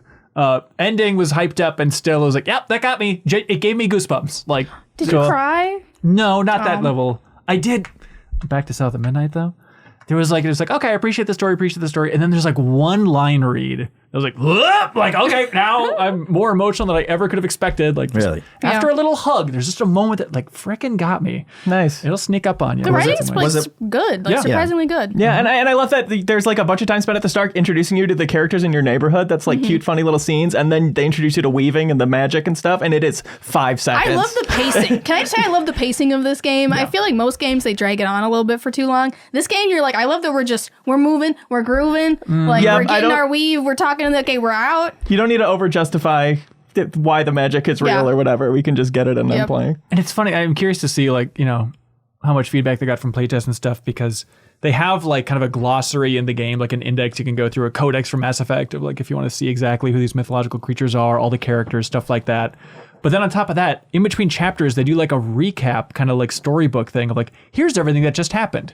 And here's a reminder of where you're going next. I wonder if they got the feedback of like, I'm confused. What's happening They do here? that a lot in game as well. Like the number of times she was like, oh, well, stigma must be when, you know, someone experiences trauma and then it turns into a knot. And it's like, yeah, I've read that at this point. I've seen it in cutscenes. You've sung to me about it. Like, I'm good. I understand. Yeah. Themes. So it's Jasmine Roy was the game director for this, she was a designer on Deus Ex, Human Revolution, and then Watch Dogs 1 and 2, apparently. I'm really fascinated by David Sears, who was the creative director, who Leo might have a connection to one of your favorite games of all time, where he was the creative director for Rainbow Six Patriots before it was rebooted and turned into Rainbow Six Siege. And he was a really interesting guy. Like, he goes back and he was a designer on I Have No Mouth and I Must Scream, which is the adventure game based on that Harlan Ellison book, which just got re-released now. So it's like a weird time for David Sears here. But yeah, he struck me as a very bold guy. Hey, Sarah, do you want a Game Informer cover trip story? Yeah. All right, Sarah, coming right up. No, I remember when he was talking about Rainbow Six Patriots, he was like, during the interviews, he was like, hey, do you guys know who the biggest funder of terrorism in the world is? I'm like, no, I guess who is it? He's like, the United States military. And like, PR, like, I've never seen them spring into action fast. Like, we cannot say that. And he's like, Technically, that's the whole point of like our elite forces is they are terrorists, just extremely well funded. And it was like Ubisoft was like melting down. Rainbow Six Patriots, interesting And then they canceled the game. And then the figure. game imploded, and there's a lot of But the Game Informer cover story still exists. and now You can read it, probably. Well, the archive on Game Informer's site, it only goes back, I think, 10 years. I don't think it has that. Got to be in the Video Game History Foundation archive. Yeah, it's got to be. Oh, yeah, for sure. It'd be in that one. Anyway, South of Midnight. Congratulations, Compulsion Games. I was bouncing back and forth. Like, is this fair? But it's like, no, I think it is. Sarah, will you stop reading? I'm just making sure that you talked about all your talking points that you wrote down. Okay, I don't want you to leave anything on the table. The green highlighted ones are ones that I really want to make sure I don't miss. But the alligator on the chain leash? If you like big stop motion alligators on a chain leash, you'll like this game. Wow. That sounds great. That was my point. No, but just that idea of, as I was playing it, I thought a lot of Psychonauts. I thought of Hi-Fi Rush for kind of simplicity and level design. Sure. And then thinking about Hi-Fi Rush made me bummed out. Where at the same time, I'm very happy that Microsoft is funding a game like South of Midnight for years and years. I think it's a really cool game in their library at this point. God, are they going to get shut down now? Can you imagine a universe where South of Midnight's like, the sales, so many people got Game Pass because of South of Midnight. And I'm not trying to be doom and gloom out of the gate, but it's just like, I feel like this game lives and dies by, is it winning awards? And if it's not winning awards, what is the point of it in Microsoft's library at this point, which is so brutal, but I think that's where they're at. And it's like... And even then, it's 8 months until award season. Right. Yes. Yeah. Not fair, except it is fair because Microsoft shut down the entire studio that made one of the greatest games the last couple of years with Hi-Fi Rush. So it's like, that's on them. And so we can't feel good about any of these kind of more artsy projects, if you want to be generic that way, you know? But if you get Game Pass, you can play South of Midnight and Blueprints. Oh. Consider that. And they can't shut Blueprints down. They can't shut Blueprints down. South of Midnight's the name of that game. What's next? What's next, Sarah? What's next on this doc? HelloFresh. That's right, Sarah. Hello. Oh my God. And because it's physical, we can bring it. Yay! Do we get to eat your dinner? Well, you got to make it first. But the good news is HelloFresh has meals that can be ready in 15 minutes. What do you see, Leo? What's in this I'll pass package of these out. HelloFresh? Yeah. What do you got, Which man? one do I get? Oh, look at all these recipes. Which one do I get, Leo? Which one do I get? You don't get There's to only eat. 3. I got San Antonio beef bowls. Can I unbox this? Yeah, sure. I almost Should said this be unpack. in your fridge? Oh, yeah, we should probably get in the fridge after this. With HelloFresh, you get farm-fresh, pre-portioned ingredients and seasonal recipes delivered right to your doorstep. Skip trips to the grocery store and count on HelloFresh to make home cooking easy, fun, and affordable. That's why it's America's #1 meal kit. Look at this. They send you the HelloFresh stuff in the little box. You don't need to organize it and get it all lost in the fridge. Where's that seasoning packet? It's all ready to go right here. This one's the San Antonio beef bowls. Can you tell us about it, Sarah? Please? Let's see. Does it have a lovely blurb? Okay, so step 1, you wash and dry your produce. Finely dice the tomato. Half peel and thinly slice onion. Finally chop a few slices until you have 2 tablespoons. And then you zest and quarter a lime. Right. Half and de-seed and finely chop the jalapeno. People need to get HelloFresh to get these recipes. You can't give it all away for free. Leave seed in for more spice. Oh. Good tip. Good tip. Making the salsa from scratch on that one. Hanson, mine has chicken cutlets in it. That should definitely be in the fridge. I'm not interested in doing it correctly. There's a big HelloFresh ice pack in here that keeps it cold. That's right. No, genuinely, HelloFresh the other day, it saved the day where we had company coming over to watch Survivor because we're a cool household, you know? And it was like, my wife's like, I don't want to think about dinner. I don't want anything. And I'm like, hey, I'm not a good cook, but HelloFresh arriving at the doorstep, I got it covered. And I made some beautiful chicken tacos, some spicy seasoning on top of that, Jeff. My friend that came over for Survivor, he said, this is so good. Ben, you made this? And I had to sincerely say, You survived on the island. that's right. Thanks to HelloFresh, even a Dumbo like me can make this possible. HelloFresh, everybody. Get up to 10 free meals and free high-protein item for life at HelloFresh.com/MinnMax10FM. 1 item per box with active subscription. Free meals applied as discount on first box. New subscribers only. Varies by plan. That's up to 10 free HelloFresh meals. Just go to HelloFresh.com/MinnMax10FM. Jeff, will you get this HelloFresh out of here and up to my fridge, for Christ's sake? Please. Can I take it home? I don't think so. Give it here! You'll have the Huel and you'll like the Huel. Classic banter. Sarah, Inzoi, Oh, okay. That post-ad read, that never happens. This is the game that is like The Sims, but it looks damn fine. Yes, this is a very good-looking game. It's out in early access. A lot of people have been playing it for a little bit. It's got the uncanny valley. You can make what they call Zois look very, very, very human. With a straight face, they call them Zois. Okay. And you can do face tracking. So, like, you can track your face. You have an iPhone, so I couldn't do it. But you can track your face, and it puts it on the Zoi. And it's actually very, very... Like, you can, like, your cheeks puff out. Like, your tongue can poke. Like, it's... I'm like, why did they do this? Which is a lot of what I ask myself when I play Inzoi. You can also even make emotes out of videos. You can upload, like, dance videos, and it'll make it so your Zoi does the dance. Which is super insane. I made one of Elon Musk doing the jumping X. And it's really weird because the video is from an angle of like up in the corner, and when my favorite Zoi does it, they just like teleport to 45 degrees at an angle halfway through the floor, and they do it.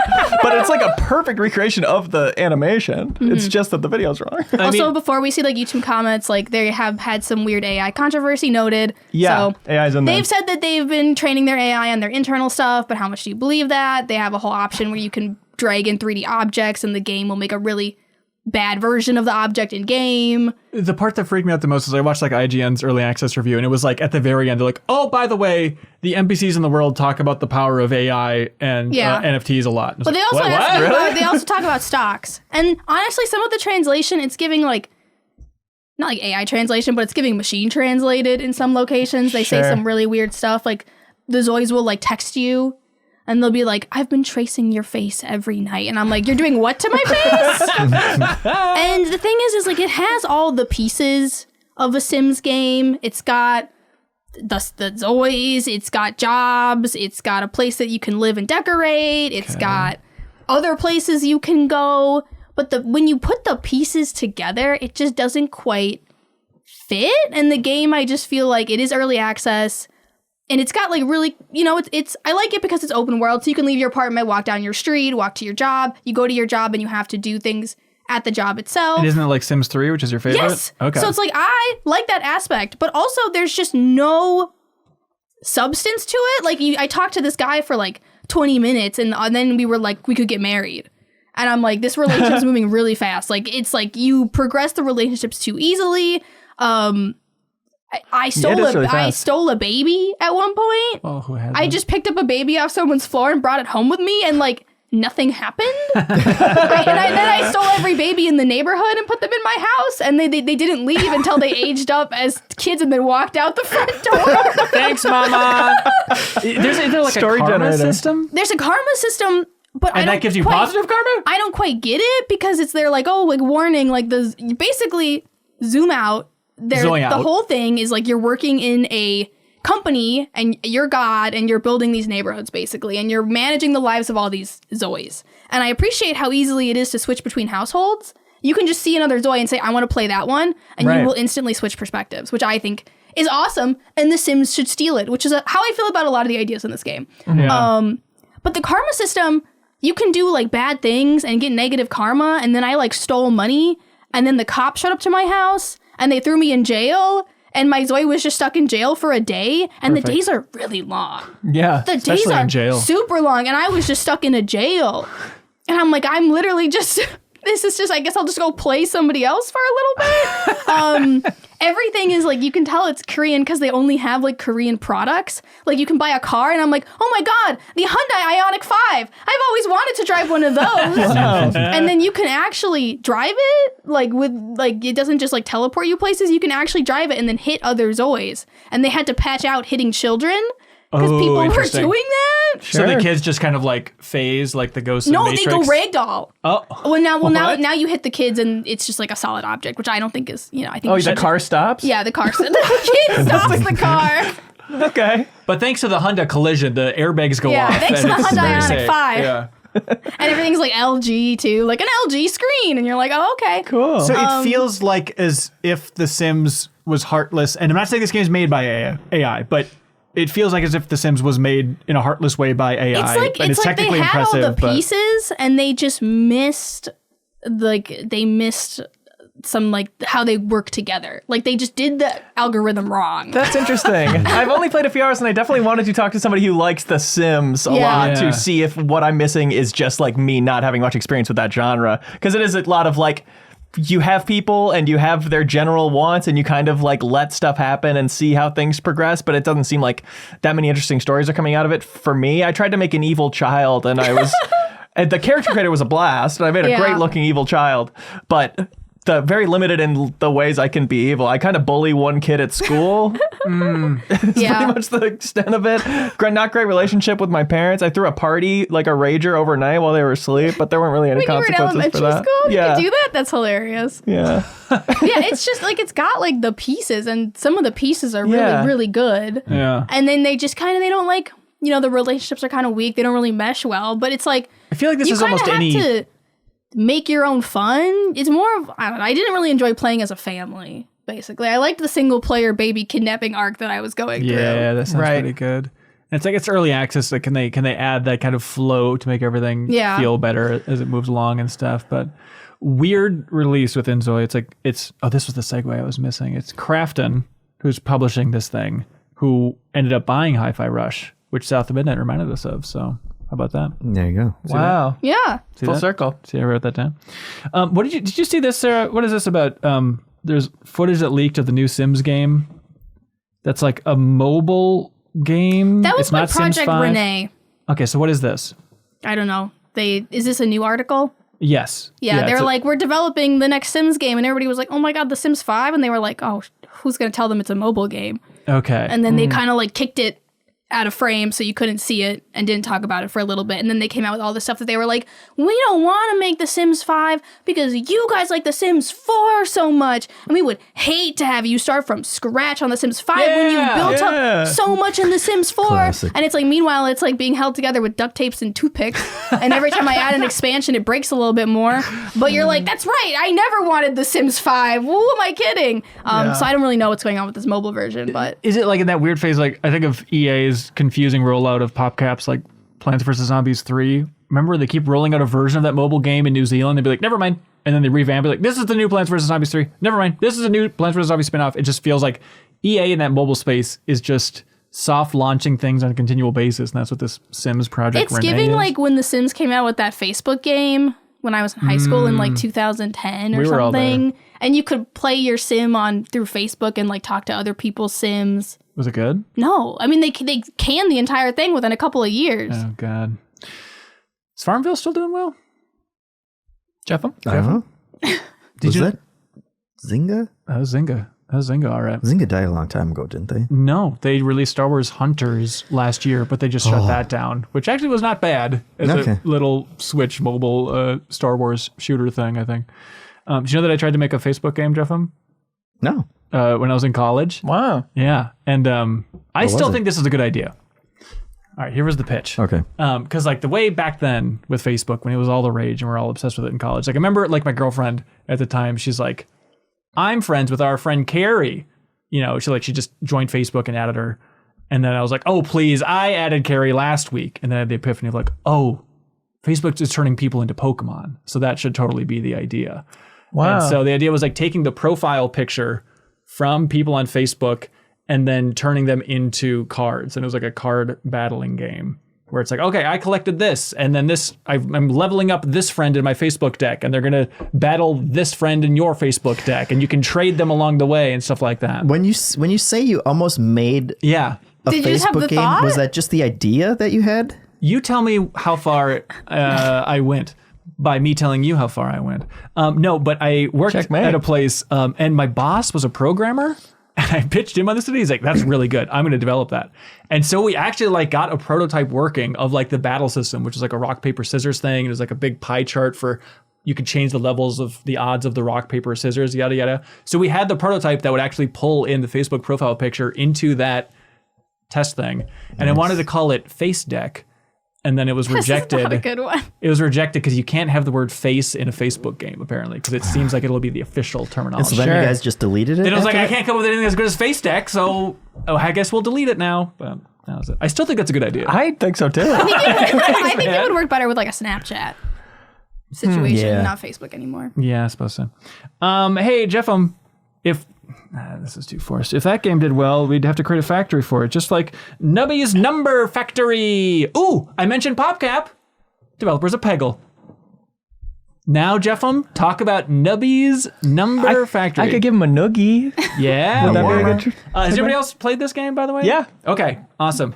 It is. What are the recent Peggle likes that you all have been gaga over? There was one last year, right? There was Peglin, Yes. which that is was it. it's the only one that's really truly Peggle-like, I'm afraid to say. Because that's the one where you actually have boards, you're hitting the pegs, and they're disappearing in like different patterns and things like that, like true Peggle stuff. There was Billionaire last year, which is more Plinko, Pachinko kind of offshoot, which is where I also put Nubby's Number Factor. In Billionaire was interesting because you would get, like, the roguelike part of it was you would get different pegs.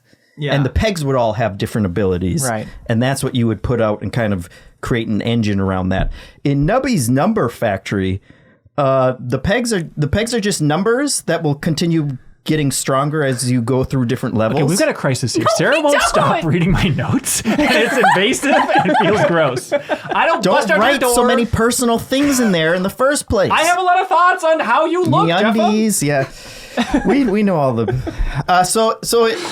In Nubby's Number Factory. God damn it, Sarah! Listen about Nubbies. I know that. It's so boring. Sarah just wants to hold her breath until this conversation is over. I understand. In Nubby's Number Factory, each peg is a number. The numbers get higher. The balls are just Nubbies. Yeah, Really, up. the only engine building that you're doing is you get like 7 items basically that are like Jokers and Balatro, where it's like that's what's going to affect how you score differently, and then you can get some other passive books that will do things, and you're trying to build an engine out of that.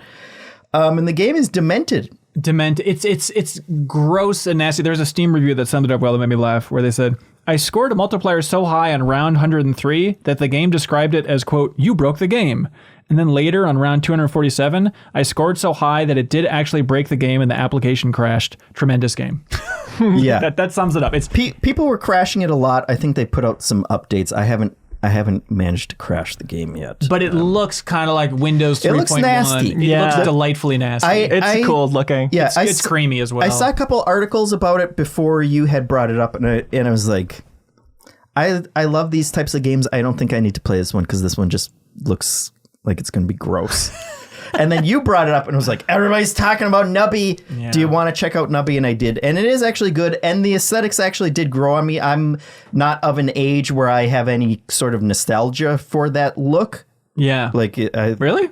it came too late. I'm too old for that Old to for be like, kid pics? yes. Wow. But if you see hieroglyphics, you're like, blah, blah, blah. Yeah, there you I go. get it. That. I can't even think of one You Egyptian can go thing. take a break, man. You can lay down and rest if you need to. But so that grew on me. The actual game, like the first time I played it, I was very confused about it because it felt very random.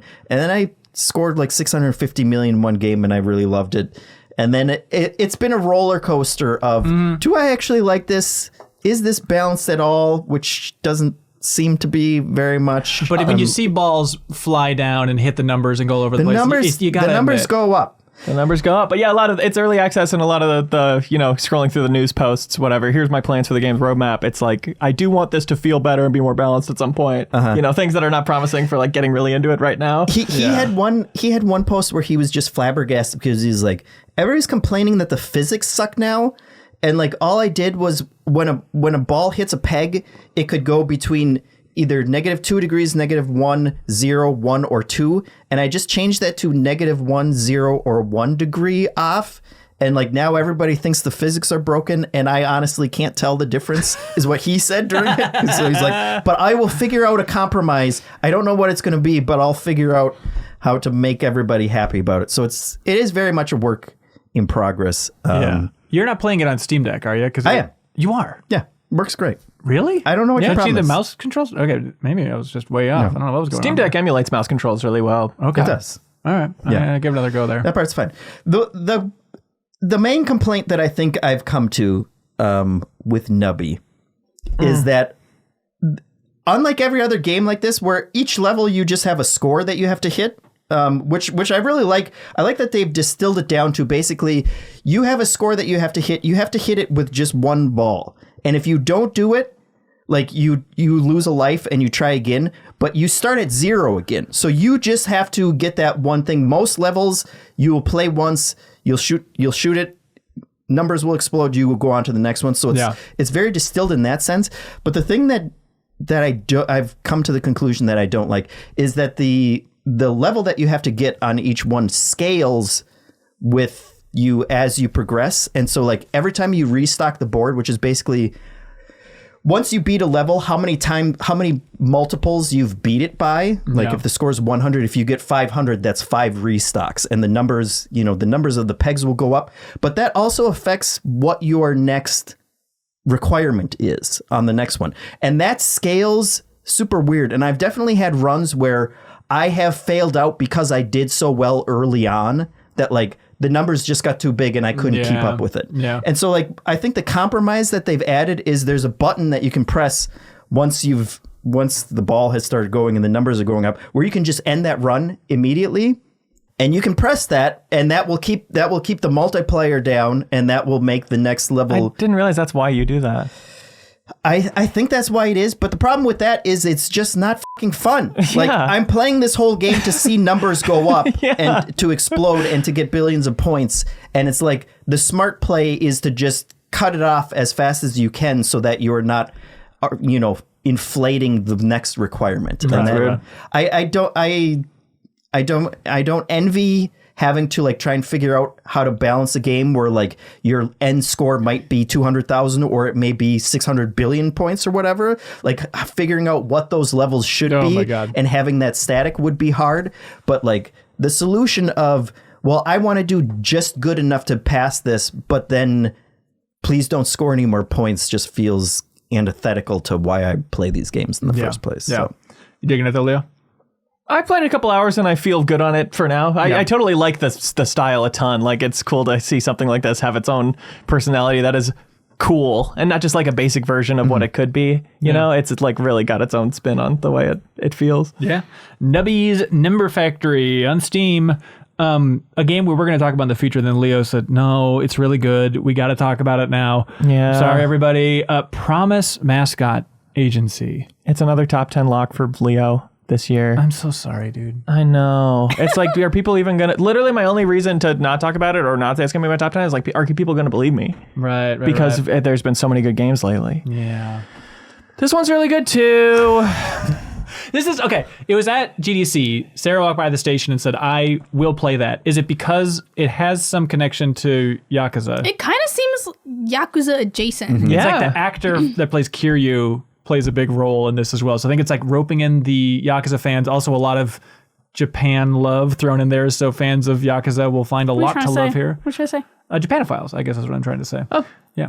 I mean, it's very Yakuza in like the personality, the humor and the heart, and you're playing as a stoic virgin who is helping people, and they're going, "Why? You're really going to help me? Why?" And you go, "Because it's the right thing to do." And they go, "Thank you." Like all Yakuza. Yeah. That's like Yakuza Kiryu. Right. That's very much the heart of it, the drive of it, and that's very enjoyable and fun because it is in a more surreal way. Like it's not a rip off of that or anything. It is in its own weird ass world where these mascots that you're managing, they are biological creatures. These giant, weird looking organisms that you are running an agency where you are having them sent out to do kids' birthday parties and book signings or whatever, but not all of them get into that business. Some of them get into organized crime or whatever. There's just these giant weirdos around in this world, and they're very funny and strange. One of the first ones you get as you go to the open world is this city that is like in total disrepair, and people are wondering why you're even there and why you're trying to get a mascot thing going, because they have all the worst mascots. Any mascot who's worth anything has moved away. And so the first one you get is this giant block of tofu that is perpetually crying. And you have these interactions where as you send them out on missions, they are getting these little bits of trouble.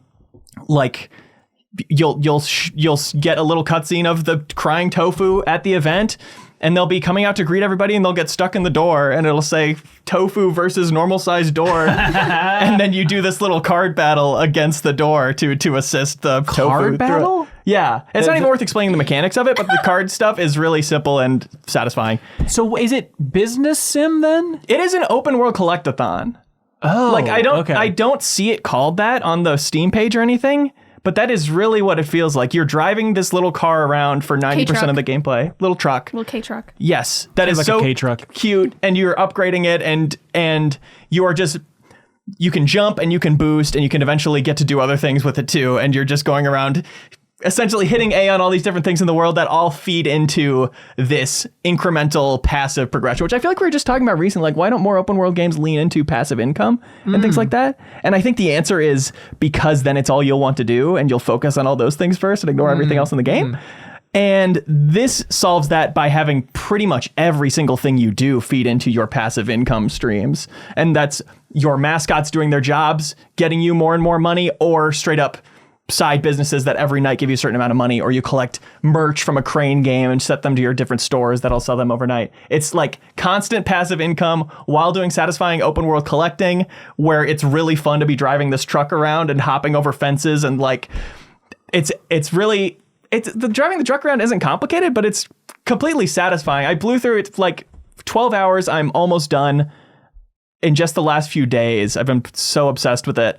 And it is still so fun to putter around in that little truck and just collect things. Like, I love the genre of collectathon. Just that works for me.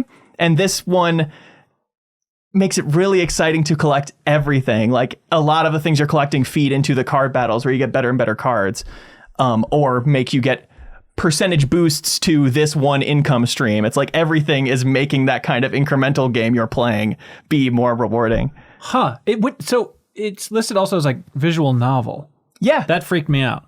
How much of that is in there? A good amount, but it's all good writing. And again, it's funny and it's weird. Okay. And I never feel like I'm skipping through it to get back to the other stuff. It's like nice little breaks. And yeah, I don't know. It's like all these mechanics would be fun. And it's almost, I don't know. I have this thing where when a game is making me have fun, I'm suspicious of that. I'm like, are you just doing these tricks to make me have fun? Because my brain doesn't ever want to be like, life is miserable. Yeah, right. Exactly. It's He's like that. the tofu.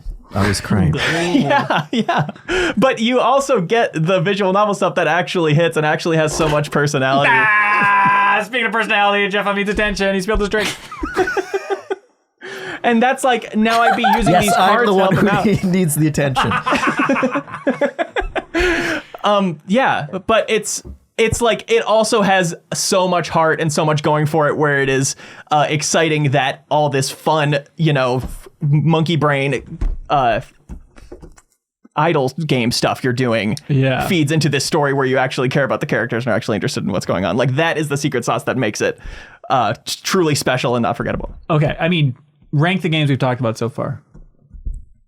Is this by far your favorite? Do you like this more than Blueprints? Where are we at? I don't know. He has a whole notebook for Blueprints. Yeah. It might be a little less than Blueprints, but more than Atomfall. Okay. Which we're going to talk about, and I also love a lot. Yeah. But yeah, it is like Atomfall in that it is maybe not for everybody, but what it is appeals so specifically to me that I'm so glad it exists, and I would play 10 games exactly like it a year. Jesus. Just blasting through this like super satisfying collectathon, which again, I like the genre, but not all of them hit. Yeah. But that idea of collecting things where collecting each thing actually feels really good and you're actually really excited about every little dot on the map. Yeah. That I love games like that.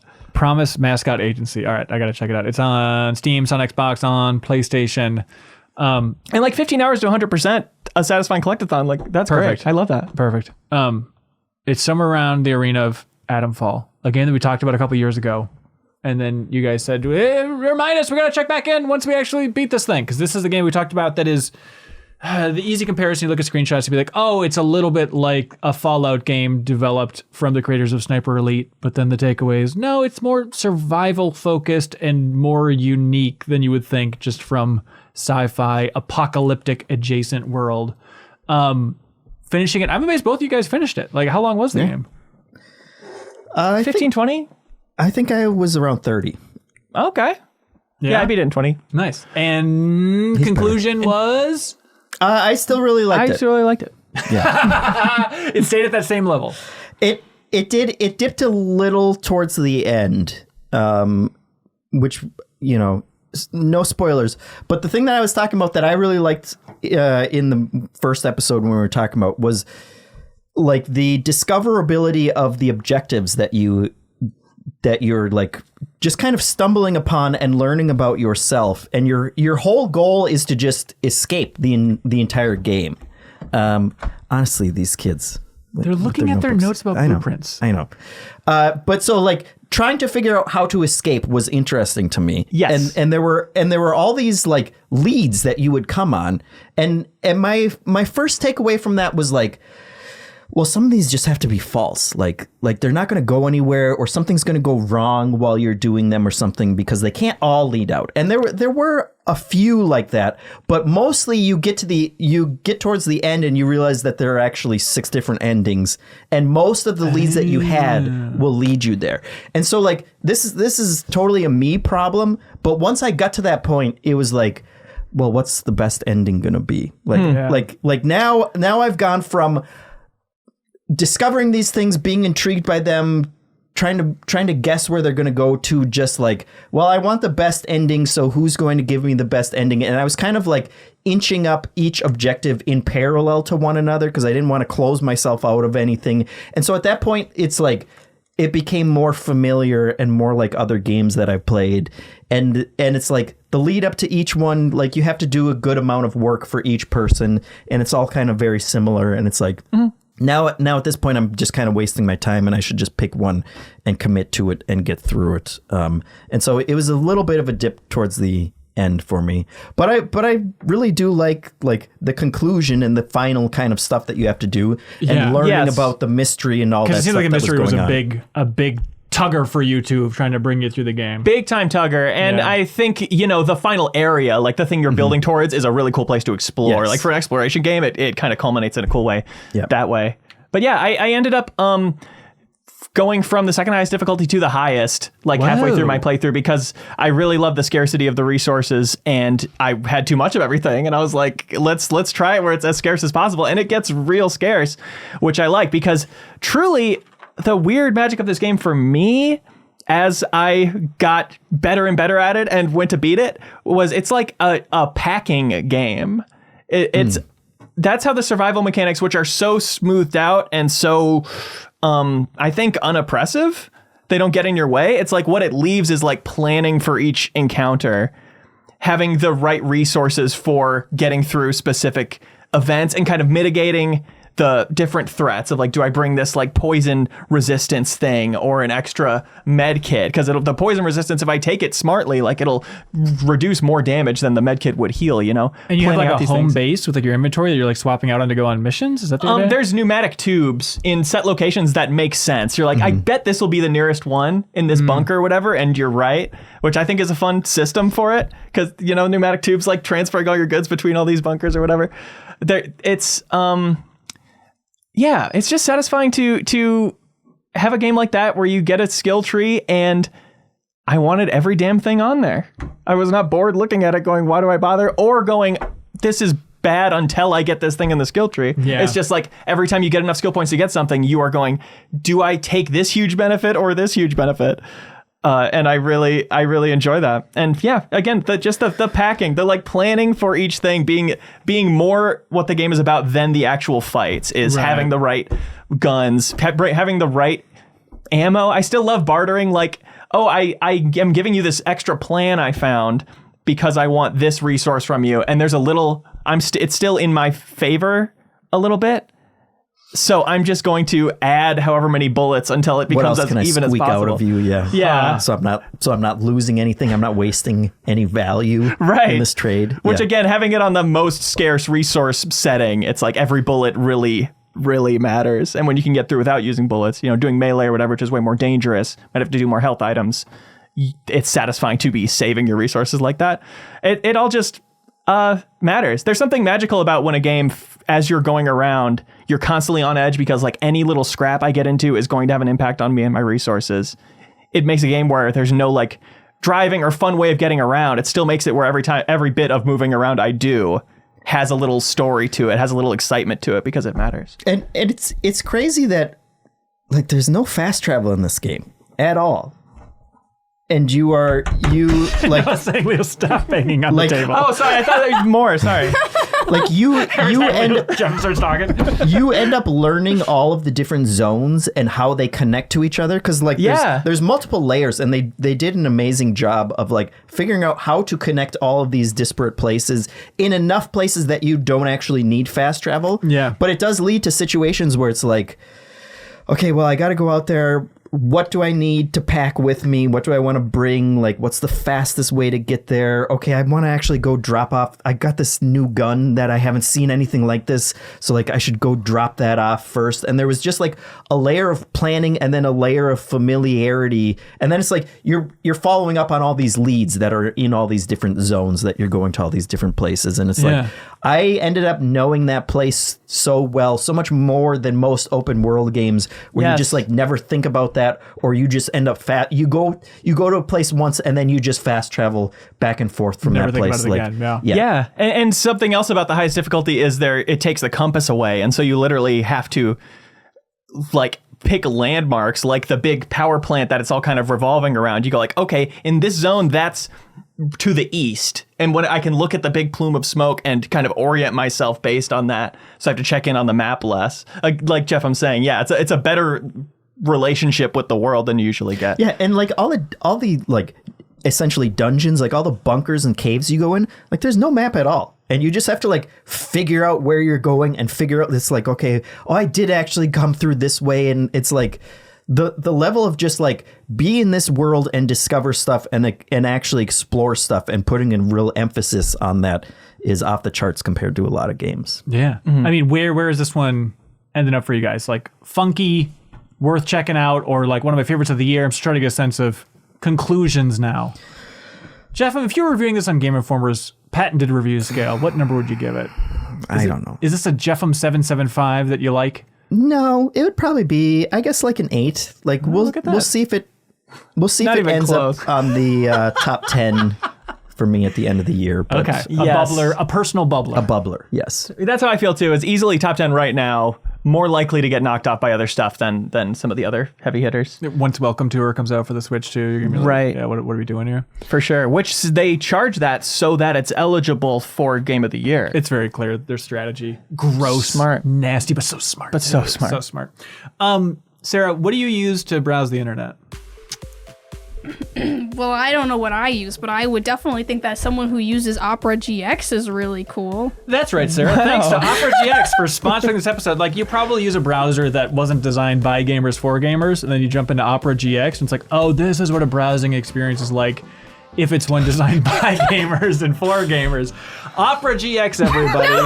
Oh, Jeffem's cleaning up his gross I did it spill. the first time. Oh, This is what you get for making us be in person, honestly. making us. Use your tongue like a gentleman to clean up your spills, Jeffem. Come on.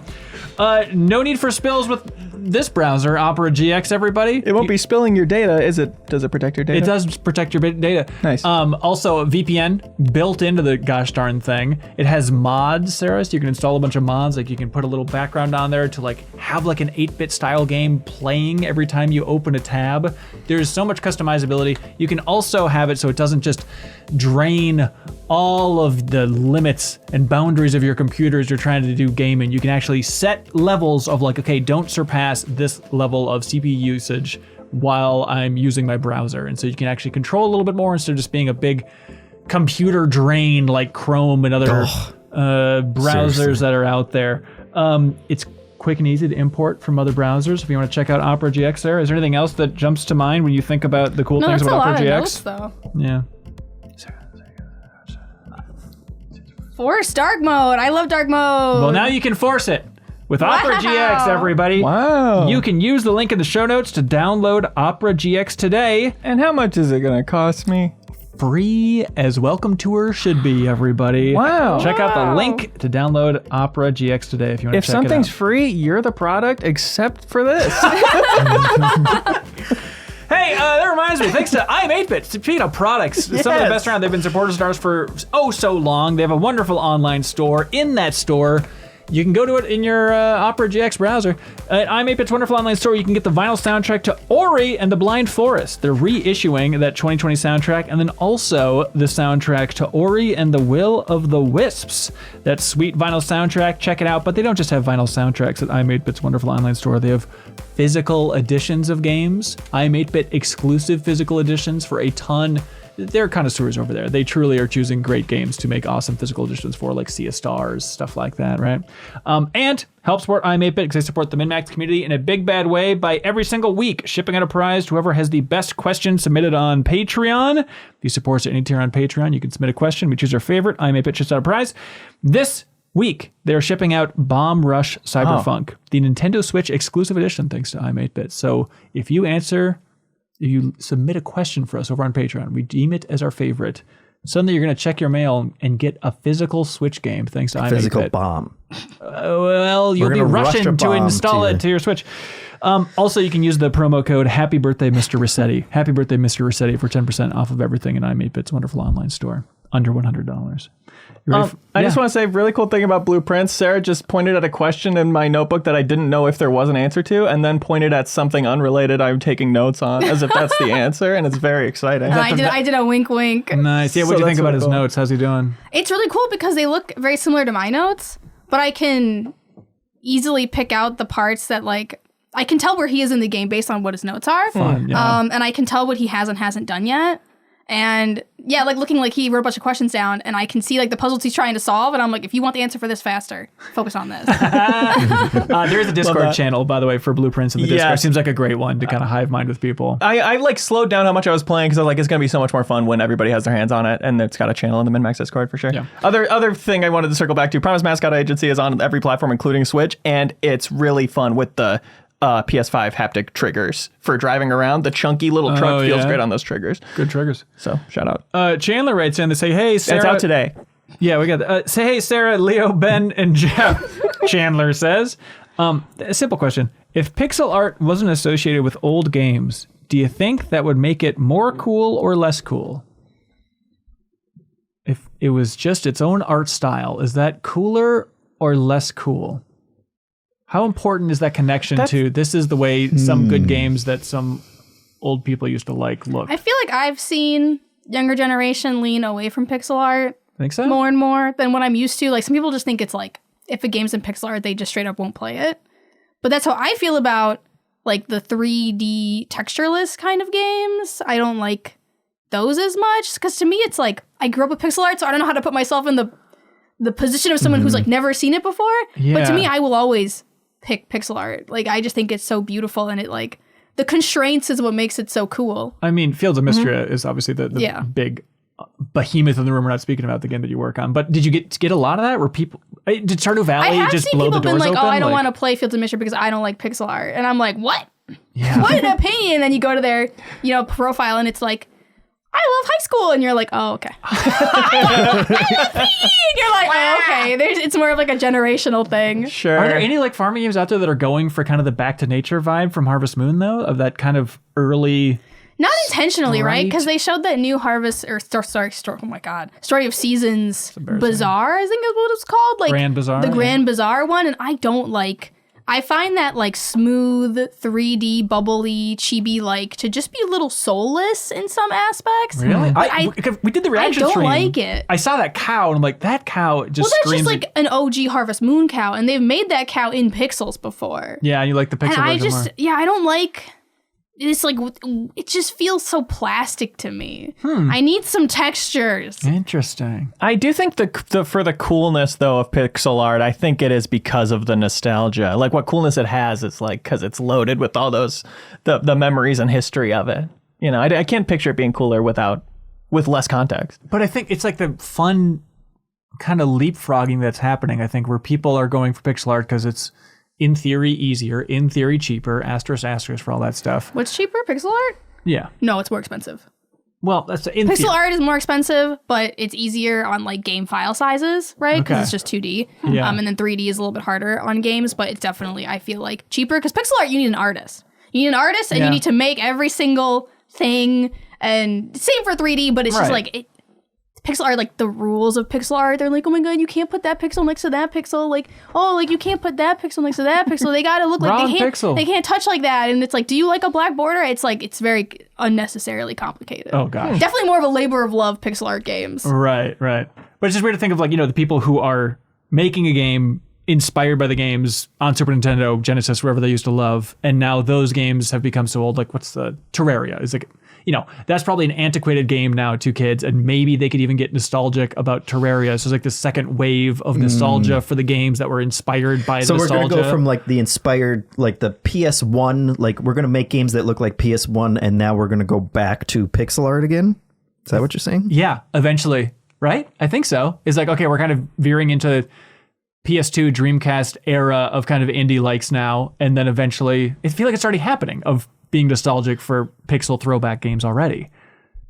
Right? Or did it just never go away? I don't know that it ever completely? stopped. Yeah, I guess not. I think it's just like the accessible game dev tools now more often allow for 3D as easily as it used to be 2D. Yeah, I think of like, kind of the game maker stuff, people just jump in, which I guess feels a mystery is that. And again, not saying that that's easy, but if I was making a game, it would be some pixel art game I'd have to imagine, because in my mind, I'm like, wow, that seems easier to cobble together.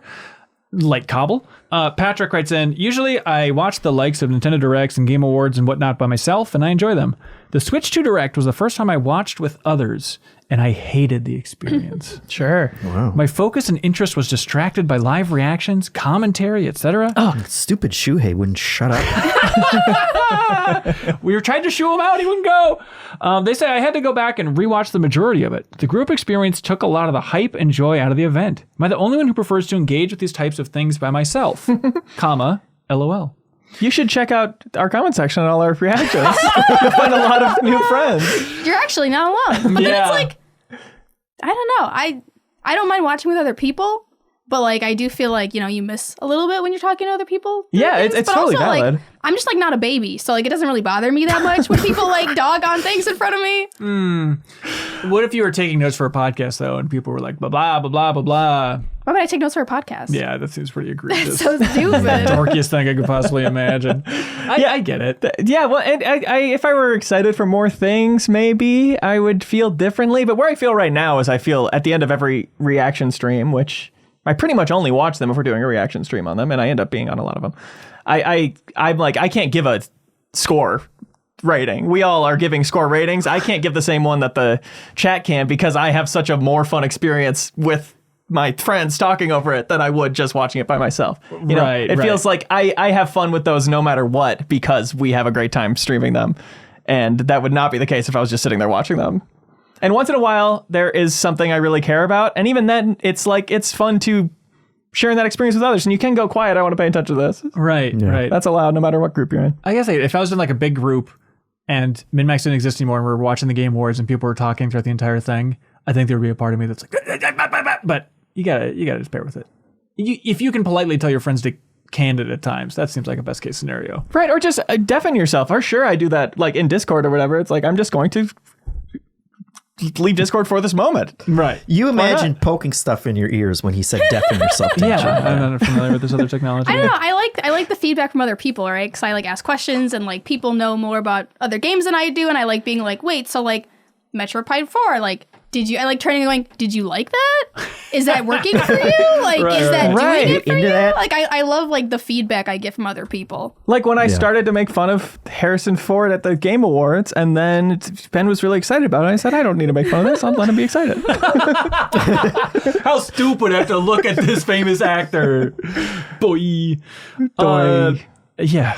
Can we do one commentary track for a reaction stream where you're not just going doi doi doi to the entire thing? Show me something cool. For once. I can't even doi. I'm so impressed. We Go Giant says, question for Sarah Pazorski and Pazorski.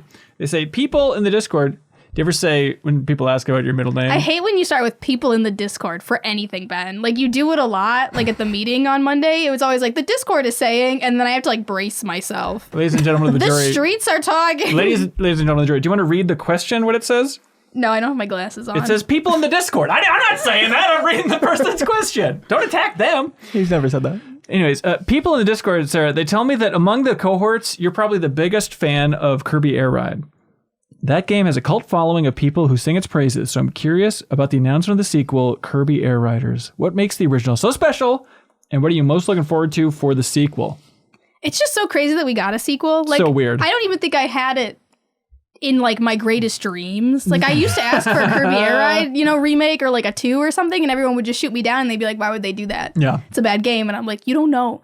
You don't know. Was it like an Extra Life that we streamed it from the studio? Like at some point we did that weird, confusing mode, and I remember being overwhelmed by the complexity. The city one? Yeah, city mode. City mode. Well, it's like, it was just like a fun game. It had like the basic like race mode. It had like a top-down race mode. It had the city mode where then it was like a kind of like a battle royale, like Baby's first battle royale. You go around, you collect all the power-ups, and then you don't know what kind of battle you're being thrown into, and then you get thrown into it, and it was just enjoyable for when you wanted something different, I guess. Like, it really stood out to me that it was different from Mario Kart, and it was just something you could play for like 5 or 10 minutes, 20 minutes, and like all the cars were really cool. Like the cars were very unique. The boxy truck, the wheel, like the Batwing one, and they all had different like fly. Like it was literally Mario Kart Infinity. It's literally Mario Kart 8 before Mario Kart 8, because like some would glide better, some would be like have better speed, some would have better acceleration and handling, and like it had all of that in it. And it was just like so adorable, and it had the power ups. It had like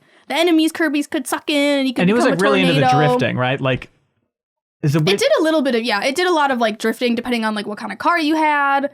The music was good, the spaces were good, and it was just like, for a kid, like the perfect amount of different things to do to keep you interested over like a period of time. It's so fun to think of Sakurai and like, all right, I'll make one more game. And of course it's going to be Kirby Air Riders, the Aliens-esque sequel. Like of all the things, I still can't wrap my mind around that idea. And I'm curious to see like, are people going to flock to it this time? Do you think it's like a weird validation thing for him where like he knows how good that game was? And I was listening to... well, like the Kirby Air Ride, like ultimate vehicle is like in Smash, right? You collect all the pieces and then you blow everybody up. Oh, that's what that is? That's from Kirby Air Ride. I had no idea what that thing was.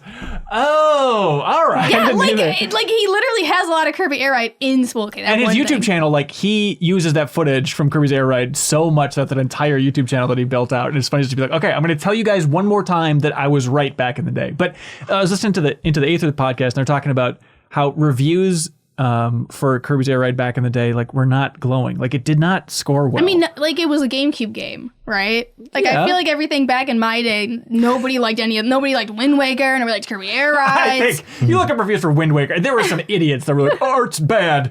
But other than that, like, it still scored unbelievably well, I have to imagine. But they just wanted to use the subhead Kirby's Air Ride, ERR. Oh, yeah. So they just retroactively. And that was every review written back in the day. Yeah. Well, I'm looking forward to your redemption tour, Sarah, where we all say, you know what? Baby Sarah was right about Trek 2. She was right about Kirby's Air Ride. She's right about everything she's ever talked about. It's crazy that like everyone was dogging on Kirby Air Riders, and then they saw Sakurai's name on it, and everyone just like completely changed their attitude. I was like, that's right. That's what I want to see. I'm curious to see why it needs to be him. Yeah. Like, what is interesting and new and cool about it, or well done about it? Because it feels like anybody could have cashed in on that. But it's also weird to think of him like being hands off with the Kirby franchise. I've never heard this story. Maybe it's happening. Like, is he a creative consultant for any of the other Kirbys? I don't think so. But just the idea of him being like, yeah, Kirby franchise, yeah, I'm fine with you being a separate thing. But like, if Kirby gets in a car, that's me. Out of all the Kirby games that I've played, Kirby Air Ride is still like my top Kirby game. I refuse all mainline Kirby games. Wow. Boba Fett writes in honor. They write into our podcast. They say, what's the cohort's reaction to Doug Bowser, the president of Nintendo America? What? It's crazy. You need to just learn that now, right? You knew that, right? Blueprint. I can't tell if this is It's like I'm learning it every time. So what's the reaction to Doug Bowser saying in the interview with the Washington Post that Nintendo is going to use, quote, variable pricing for titles? Reacting to the idea of $80 for Mario Kart versus $70 for Donkey Kong. We're going to milk as much money out of you on a per title basis. That's right. Squat down in Moo Moo Meadows. You're ours now. Give us your milky money. That is the thing. Jeff, you have hot thoughts on this. No, that's it. They want money? Yeah. It is funny. Like, their wording is so interesting. There's a really great episode of the Kit and Krista podcast. It's in their podcast feed, but also on YouTube, which is, I was hooting and hollering and listen to this because they used to work on the communications team with Nintendo, right? And so they read all of the interviews that the higher ups at Nintendo did about the Switch 2 and like analyzed it line by line. Like, this is a great pivot from Nate to transition the topic back to this. Just having like that pro level insight to this was fascinating. And so it was interesting just to hear all of the wording of how they're trying to phrase like, well, it needs to be $80 for Mario Kart World because it's the biggest, most expensive Mario Kart yet. And the scope of it's going to blow your mind. You have no, like all these things that clearly just, they're talking themselves out of this whole thing for no reason. Like the answer is because they can. Because the last game sold 67 million copies. People are not going to blink that much of an eye at spending $80. So like this justification of like, well, once you see the quality of this Mario Kart, like it's going to be good. There's no doubt in my mind it's going to be good. But it's to honor the design.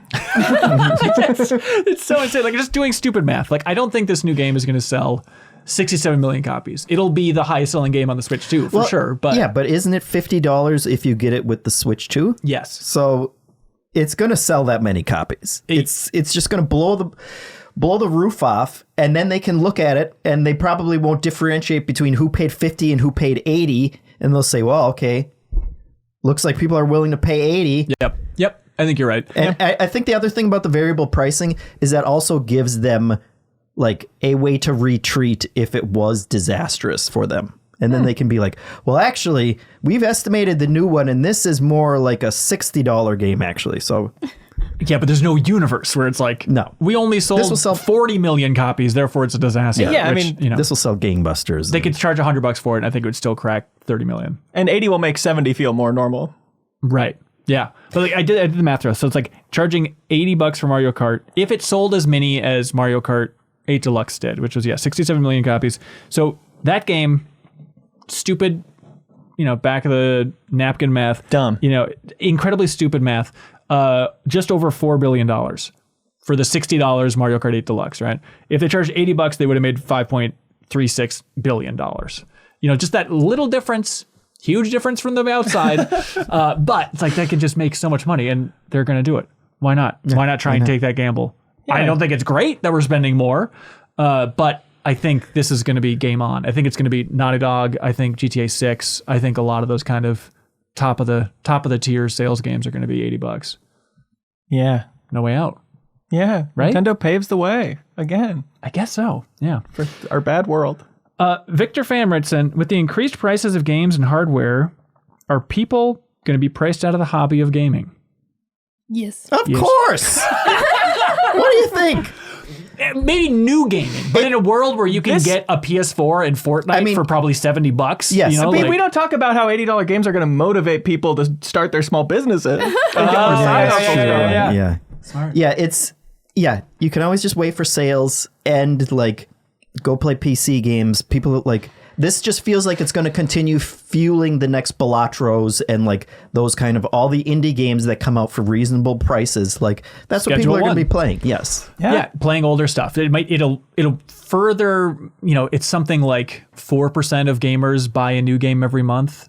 And like that number could drop to 3 or 2. Like who the hell knows? But there's so many great games in the past and free to play games. Like it's just going to grow that pool even more, right? Yeah. And I think what the gaming market forgets is like they're not just competing against other games, right? It's not like PlayStation versus Nintendo. You are also competing with people's attention. So you're competing against TikTok. You're competing against YouTube. You're competing against all these things that are already free for most people. And now you're going to slap $80 on like X hours of a game when I could just spend X hours scrolling on TikTok for free and get equal amounts of like, oh, hee ha. Like it's just like an insane thing to ask of people. Call it tickle tuckle. Yes.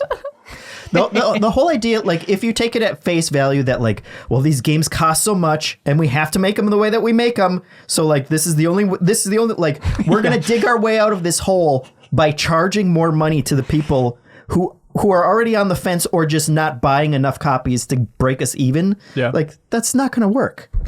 Percentage chance that Nintendo they've probably heard people being outraged about this. Oh, I'm sure. They've noticed. I'm sure they've noticed. Those live streams, the Treehouse live streams of just everybody saying drop the price. That's my nightmare. As like a marketer and PR person, the Nintendo Switch 2 into the Donald Trump Liberation Day tariffs would have ended me as a marketer and PR person. I wanted to crawl into a hole and die for them. And then into the live streams, and on the second day of the live streams, they announced during the live stream that they're taking the price down, taking pre-orders down because of tariffs. I would shoot myself in the head. I would shoot myself. Like, I would Persona 3 myself to get out of that situation. It's like you can't script something that could go that awful for a launch, for like an announcement. It is Xbox One. It is in that arena of just like, oh my God, what a disastrous timing, and just messaging wise, I think just put that welcome tour, the fact they're charging $10 for that, like $10, and that just has like further soured everything of just like, okay, you're being as greedy as possible.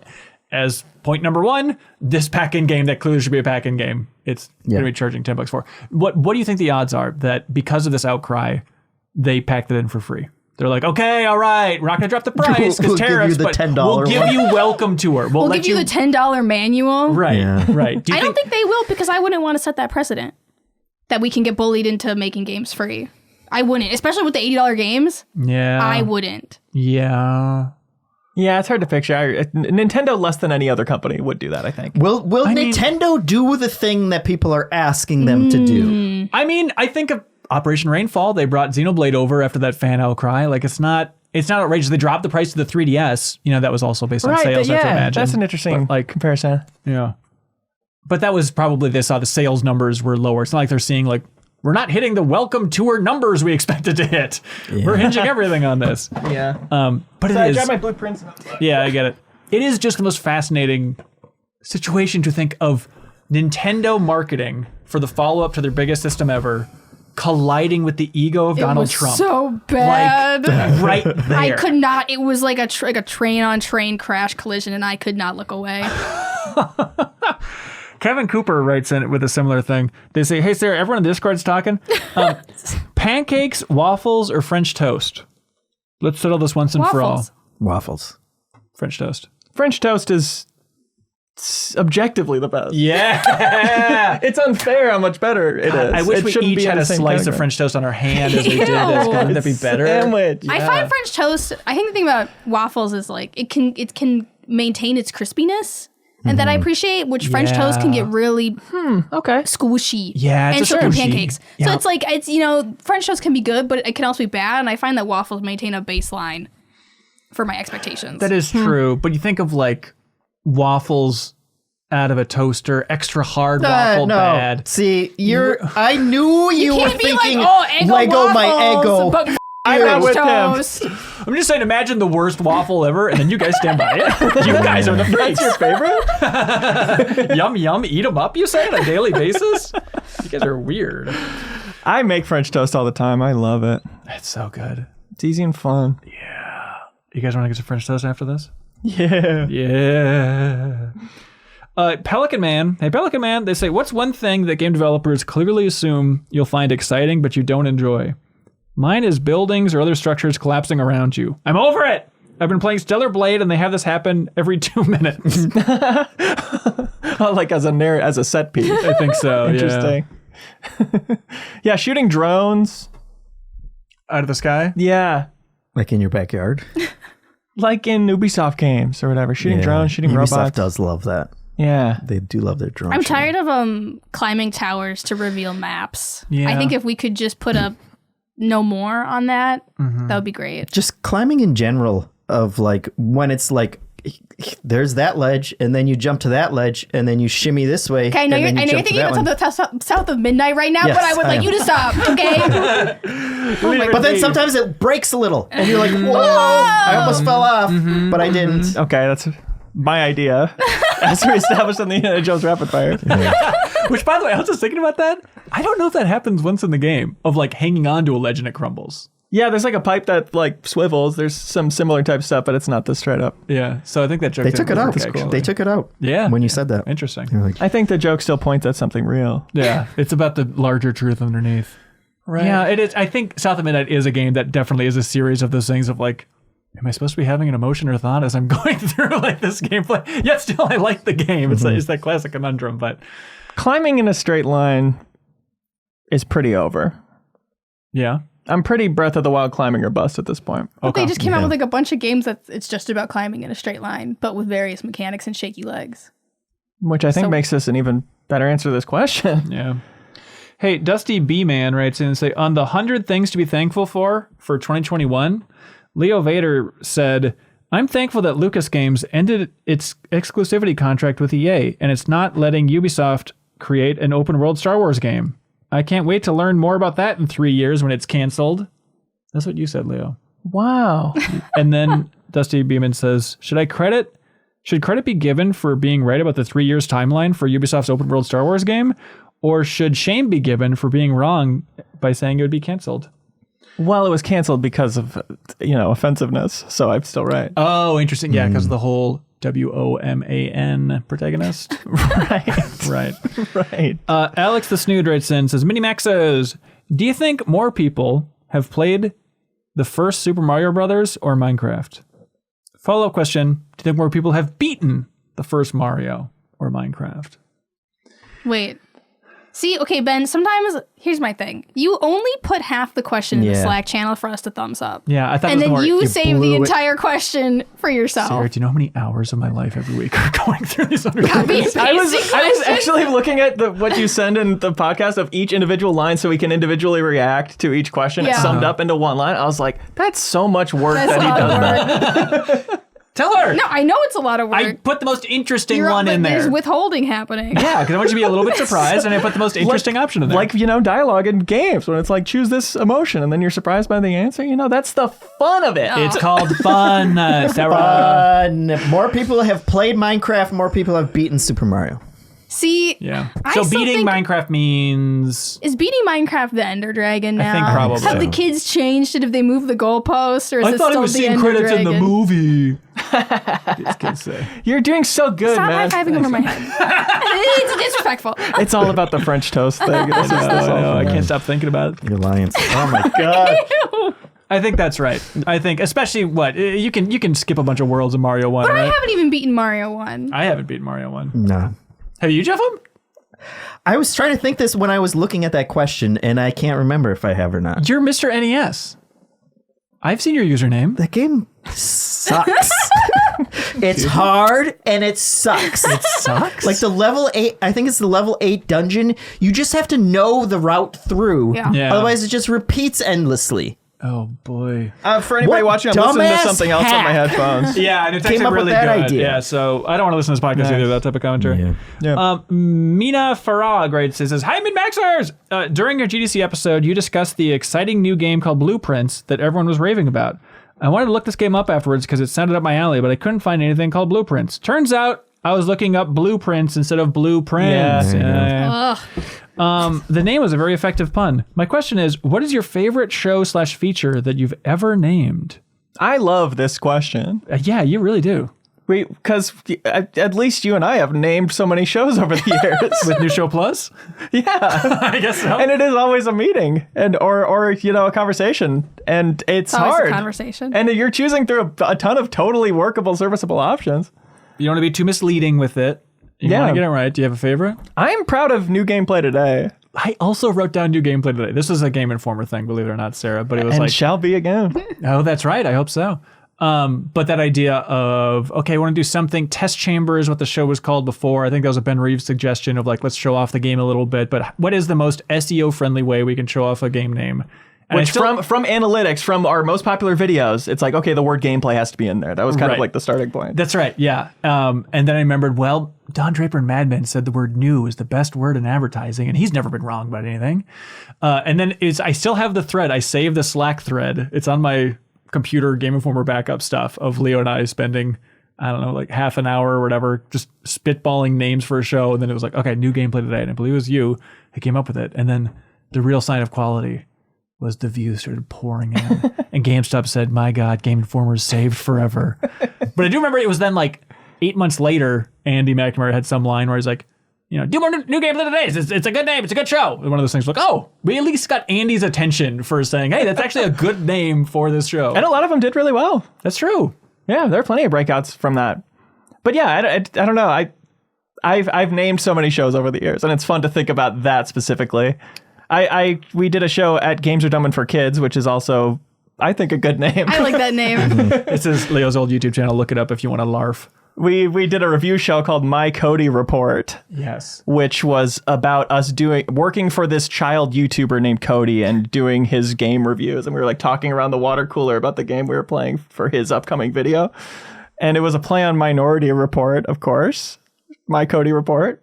I never connected that. I never. You can't. Oh my God. I don't blame you at all. It makes no sense. But we might have had the name Cody first, and then somebody said My Cody Report. And yeah, there's certain levels of nonsense you're really open to at certain ages. And we were happy to move forward with that. And that's definitely the worst name for a show I've been a part of. I'm trying to remember. I'm defeating my argument by having to Google it. But for New Show Plus, I remember being like, I want to call it the Uprights. What's it called when like you pitch a show to a studio? Is it Uprights? It's something like that. Huh. And I remember being like, that's a perfect name because it's like pitching a show. This is exactly what it should be called. And then we did like a backstage pass vote, and it was got like one vote compared to. Then you were pushing for it to be called New Show. Right. And that was the debate. It was New Show versus New Show Plus. Upfronts. Thank you, chat. You got it. Yeah. And don't you think New Show Plus would have taken off even more if it was called the Upfronts? Yeah, Just think of course. It's a universal thing that everybody knows.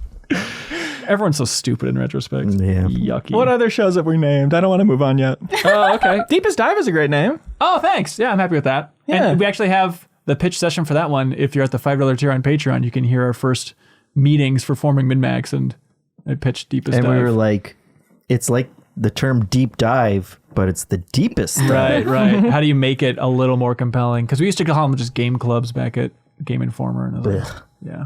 Yeah. Sarah, by the way, I hope you're not taking shots every time we mention Game Informer on this episode. I like under the desk, I actually have tallies that I've scratched into this table. Oh, no. Sorry. Great Goaty Hunt. I think your heart was in the right place on that. Yeah, it never worked. No. It made sense to try. It did. I think our Luigi's Mansion 3 episode got like 80,000 views or something. Okay. For some dumb reason. Because everyone was searching Goaty, Luigi's Mansion, Goaty, Right. you know. Yeah. And we made the whole intro for it and everything. And then, Yeah, it's like, fun intro. Yeah, it was a fun intro. I was like, never mind. Gotta abandon Great Goaty Hunt. Trivia Tower, I think, works well. That was a John Carson joint. He came up with that one. Nice. Which is very helpful. What was the... People in the chat are mentioning Cream of the Steam as a great name, yeah, but yeah. you hated that. What was the original not name you hate it. I pitched? came up with it. Ben hated it. Well, it Ben wasn't the hated name of it. the show. So what's the story there if you didn't hate It was it? backstage pass vote, and Cream of the Steam got annihilated. And Oh, it was Steam Secret Stash. Steam Secret Stash ended up winning. Right. Yeah, which I think both are good. But Cream of the Steam, thank God you guys championed it and made it more fun, because it's a weird thing to push through. Like, oh, this should be called Cream of the Steam. There's a certain level of goofiness that you want where it's like, this is clearly unique from afar. Right. While also still knowing what it is. I think we can get a little too utilitarian with our names sometimes. I definitely lean that direction. Hence, bonus pod. Yeah, we can tell that you didn't name Pee Pee Bang. Yeah. Because it would be called Right. Women Talk About Video Games? Right. Question mark? Subscribe now in a standalone podcast feed. And there's a totally an argument for like it being more helpful, and I think a lot of people do prefer it and stuff, but it is interesting finding that sweet spot where it's definable own thing. Like we're talking about with Deepest Dive versus Game Club, which a bunch of places have a Game Club. Right. But this is the best game club in theory. PP Bang is the perfect name. I think you guys Yes, it is. completely knocked out of the park. Haley talked about it more, kind of the formation of that name on the latest episode of Bonus Pod. Yeah, it's tough. Like, yeah, you get to Min Snacks, Min Facts, all of that. Everyone That was a moment. Everyone suggested so many like Minnesota-based puns, you know, Minception, all these things. And it's like that, I'm glad we got out of that phase, like within the first 6 months of MinnMax, and now we can just go on to good, clean, good names. But now you have to worry about like future-proofing things, right? Because now you just have House Hunter Rise forever, even though we're several Monster Hunter games deep at this point, but it's still House Hunter Rise. Yeah, it's gotta be. Yeah, that one, man, you know, I'd like a do-over probably for that one. Retro Game Treasures, which we only did the one episode of Kelsey, walking around Pink Corolla with developers. We would like to do more. It's just a matter of scheduling and timing, and there's a lot on all of our plates at the moment. But I was thinking like that name ain't working. Like it's not getting the point across. That's we've had a really hard time naming that. Yeah, because it's like shopping with devs is my instinct, but that's again so robotic. But like, how do you get that across? And it's cool because developers are talking about their own games and their inspirations. And it's a really cool collection of games. Like it's a lot of weird stuff in there. So it's not like just shopping in the Target game section or something. Like how do we sell that? Yeah, it's impossible. It's impossible. What are always in 12 letters or less. It's tough. Mm-hmm. Yeah, tricky. I love having Backstage Pass vote. I feel like that helps for headlines and stuff. But there's interesting stuff.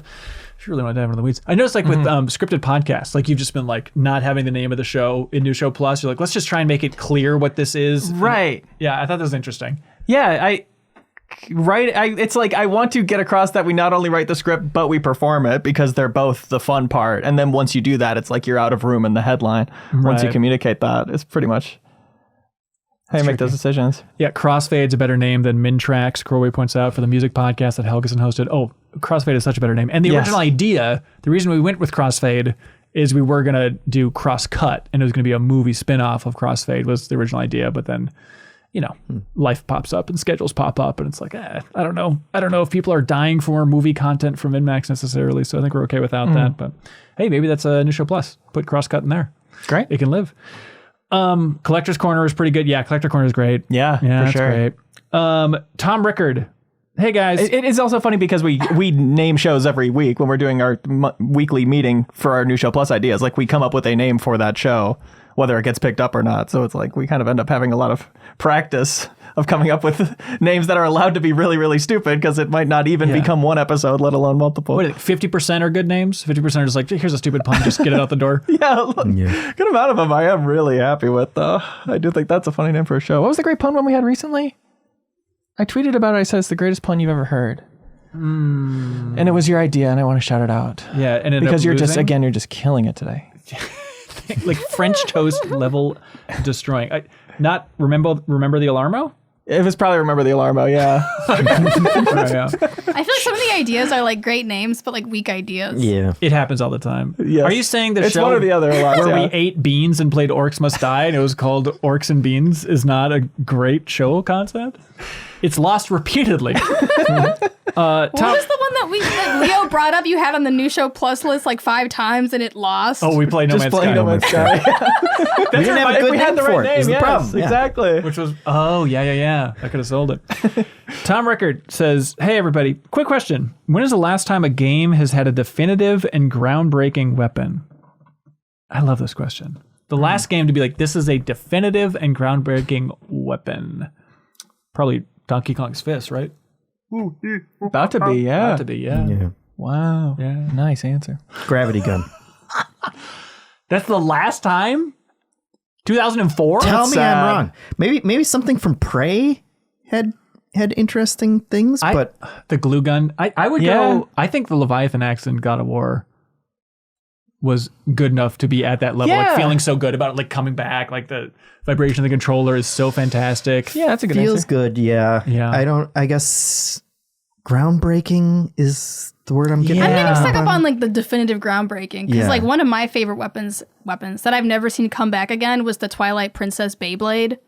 That Link would stand on, and you would like twerk on it to get it to move faster, and it would like you could like move cogs and gears with it, and you could fly up walls with it, and like that still I think is one of the coolest hyper specific boss battles I've ever done. Jumping between the tracks and like knocking the skeleton head off, like I just think that's so cool, and it's never coming back. That's weird. Yeah, interesting. There's got to be some Bloodborne stuff, right? Some switchy bladey thing that everyone's. Sorry, this is the wrong table for Bloodborne Deep Cut. Yeah, whatever it is, I'm sure it sucks. Honestly, like the tome, the spell book in Avowed, like the way that works, where it's its own loadout of spells and it having its own kind of. Yeah, I don't know. The way you play around it, it's definitely an overstatement to say definitive and groundbreaking, but that's the most recent one that comes to mind. Yeah. This just feels new and cool. Like the ice power in Eternal Strands felt different at least because it was like you were actually making power. It's not a weapon. I kind of wish you'd stop talking. The Kirk hammer, by the way, is the Bloodborne thing I was trying to think of that chat came up with immediately. Got his ass, Ben. Nice. Waffles take a ding. Yeah. Submit your comment below. Waffles, is this your man? Ricky Winterborn says, what posters did you have on your wall as a kid? Another question I love. Yeah. When do we ever talk about this? And yet we all have an answer, don't we? The Kirk Hammer. For me, it was that Lord of the Rings, Fellowship of the Ring poster. Legolas. Smeagol. Oh, Gollum. you seem smeagly. One eye in the darkness. Terrifying at night. Very memorable. Oh, that's good. And Why'd you do that to yourself? My sister's poster. We shared a room. Oh, yuck. Yeah. Oh, that's tough. And it was on the door, too. So when the door is closed at night, that's when you see it. Yeah. Only when it's most scary. I had the opposite. I was trying to think of the dumbest thing. I remember my sister's got 17 magazine. And there was this one cover with Jessica Alba on it. And I was like, that's supposed to attract a human being. So I cut off the cover for 17 and that was pinned up in my room. It's just Jessica Alba tiny magazine cover poster. But Sarah, if you saw this poster, you'd become a cartoon wolf. Wow. Yeah. You'd hear him out. Yeah. What a horn dog. We had a movie rental place a few blocks from our house where they'd be getting rid of posters sometimes. And you get the ratty, torn up ones that they couldn't sell. So I had one that was George Lopez in Mr. Troop Mom for a while. You could quiz 100 people on the sidewalk. No one would remember that movie. I'm so confident. We had a full door length poster of Michael Jordan dunking on some white guy. Oh, that's It good. was like Nice. a classic shot. Wow. Cool. And that radicalized you. It did. Yeah. Yeah, I think of I don't know, it's adjacent enough, I guess, but like I remember at a GameStop when Age of Mythology came out, 2003, 2002, they had a huge standee and they were throwing it away. I was like, could I have that? They're like, yeah, totally. Like that was in my room for so long, just to have a huge Age of Mythology standee. Do you know where it went? We had it in our garage for a long time, then eventually we threw it away. Like it got destroyed and all color distorted. But I remember like Zeus had like a physical plastic lightning bolt, like a real lightning bolt. Whoa. And I was like, I should just hang on to this or have this remnant. But that is, I think, the saddest nostalgia play I've ever had is looking online for like, could I get like one of those standees anywhere on eBay? But also I had Revenge of the Sith when that came out, that fine picture. The movie theater was throwing away a big cardboard standee thing of Yoda flying in his little Senate pod or whatever. And so I got that, and that's still hanging up in my childhood room is the weird Yoda from Revenge of the Sith. That's cool. It's no doubt really cool. That's like a cool, weird one. Yeah. You have anything, Sarah? Honestly, I didn't put up a lot of posters. My sister had a Taylor Lautner poster going through her Twilight phase. Yeah. Somebody gifted me for Christmas a Legolas poster from Lord of the Rings, and I was like too embarrassed to put it up because I had such a big crush on him when I was younger. Again, another crush on a crush. guy that just looks like you. No, he does not. I couldn't pick you guys out of a lineup, to be honest. But yeah, I didn't like put up a lot of posters. I think it was hard to find posters for like my interest at the time. Like I would love like a Sailor Moon poster. Yeah. They didn't have those back then. Now they're everywhere. Did you decorate in other ways?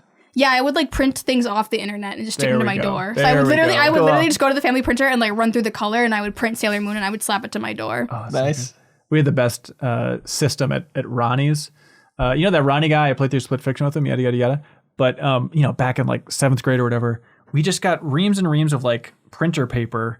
And then we would just like draw pictures that made us laugh like for days and days and days. And it became like a weird like cartoon contest between all of us. And we'd be staying up all night just like drawing pictures and seeing if this one would get a laugh. And then we would just put them up in Ronnie's bedroom. So like at the end of like a year, his entire room was just lined with like inside jokes. Isn't that and just stuff. like the early version of like, what's that game that you guys like that I have to play on my phone every extra life? Drawful? Yeah. Yeah. Yeah. Why is everything torture for you, Sarah? What an existence you've got. Mike Chase writes in, what is your most thought about game of all time? Not your favorite game of all time, not the best game of all time, but the game that you think about so often that it creeps into your mind seemingly at random. Yeah, like full life, if you're adding up hours of thinking about games, is that more interesting than just most recently?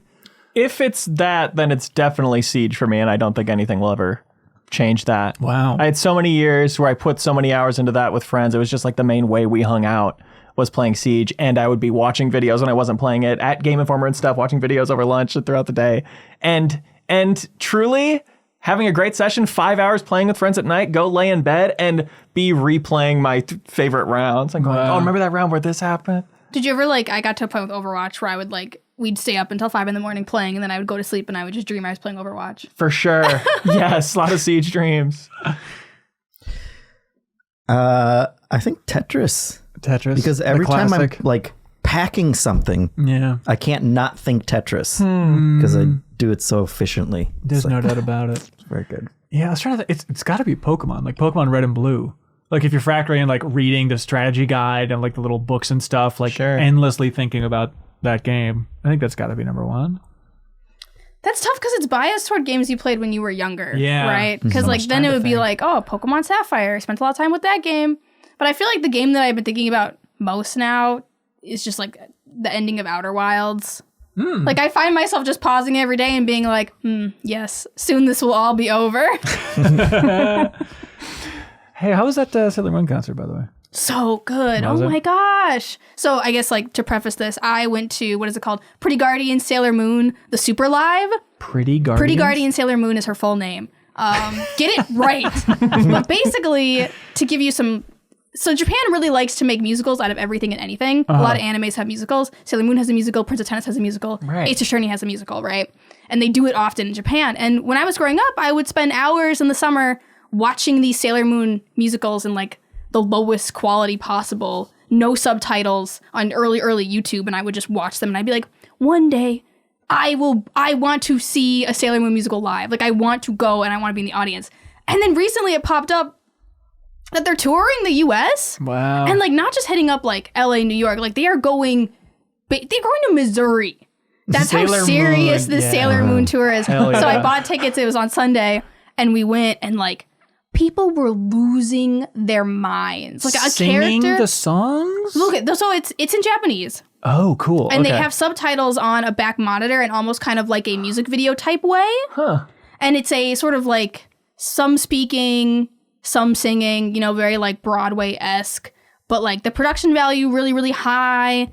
The actors were great. And I was like, oh my God. I kept having to stop and be like, this is in Minnesota, and everything was packed, and there was little girls with their Sailor Moon buns, and then people like me, old and washed up with our Sailor Moon outfits on, and we're like, oh my God, Sailor Moon, and a character would come out, and it'd be like, I'm Sailor Venus, and people would be like, bleh! Okay, so that's okay. Literally every time a character would show up, people would be like, bleh! That's fun. People were losing their minds, and then they did a greatest hit thing at the end where they sang some of the songs from the past popular musicals, Tokyo Girls and all that kind of stuff. Oh, fun. And you went with insane. Kyle? Yeah, Kyle and his wife went.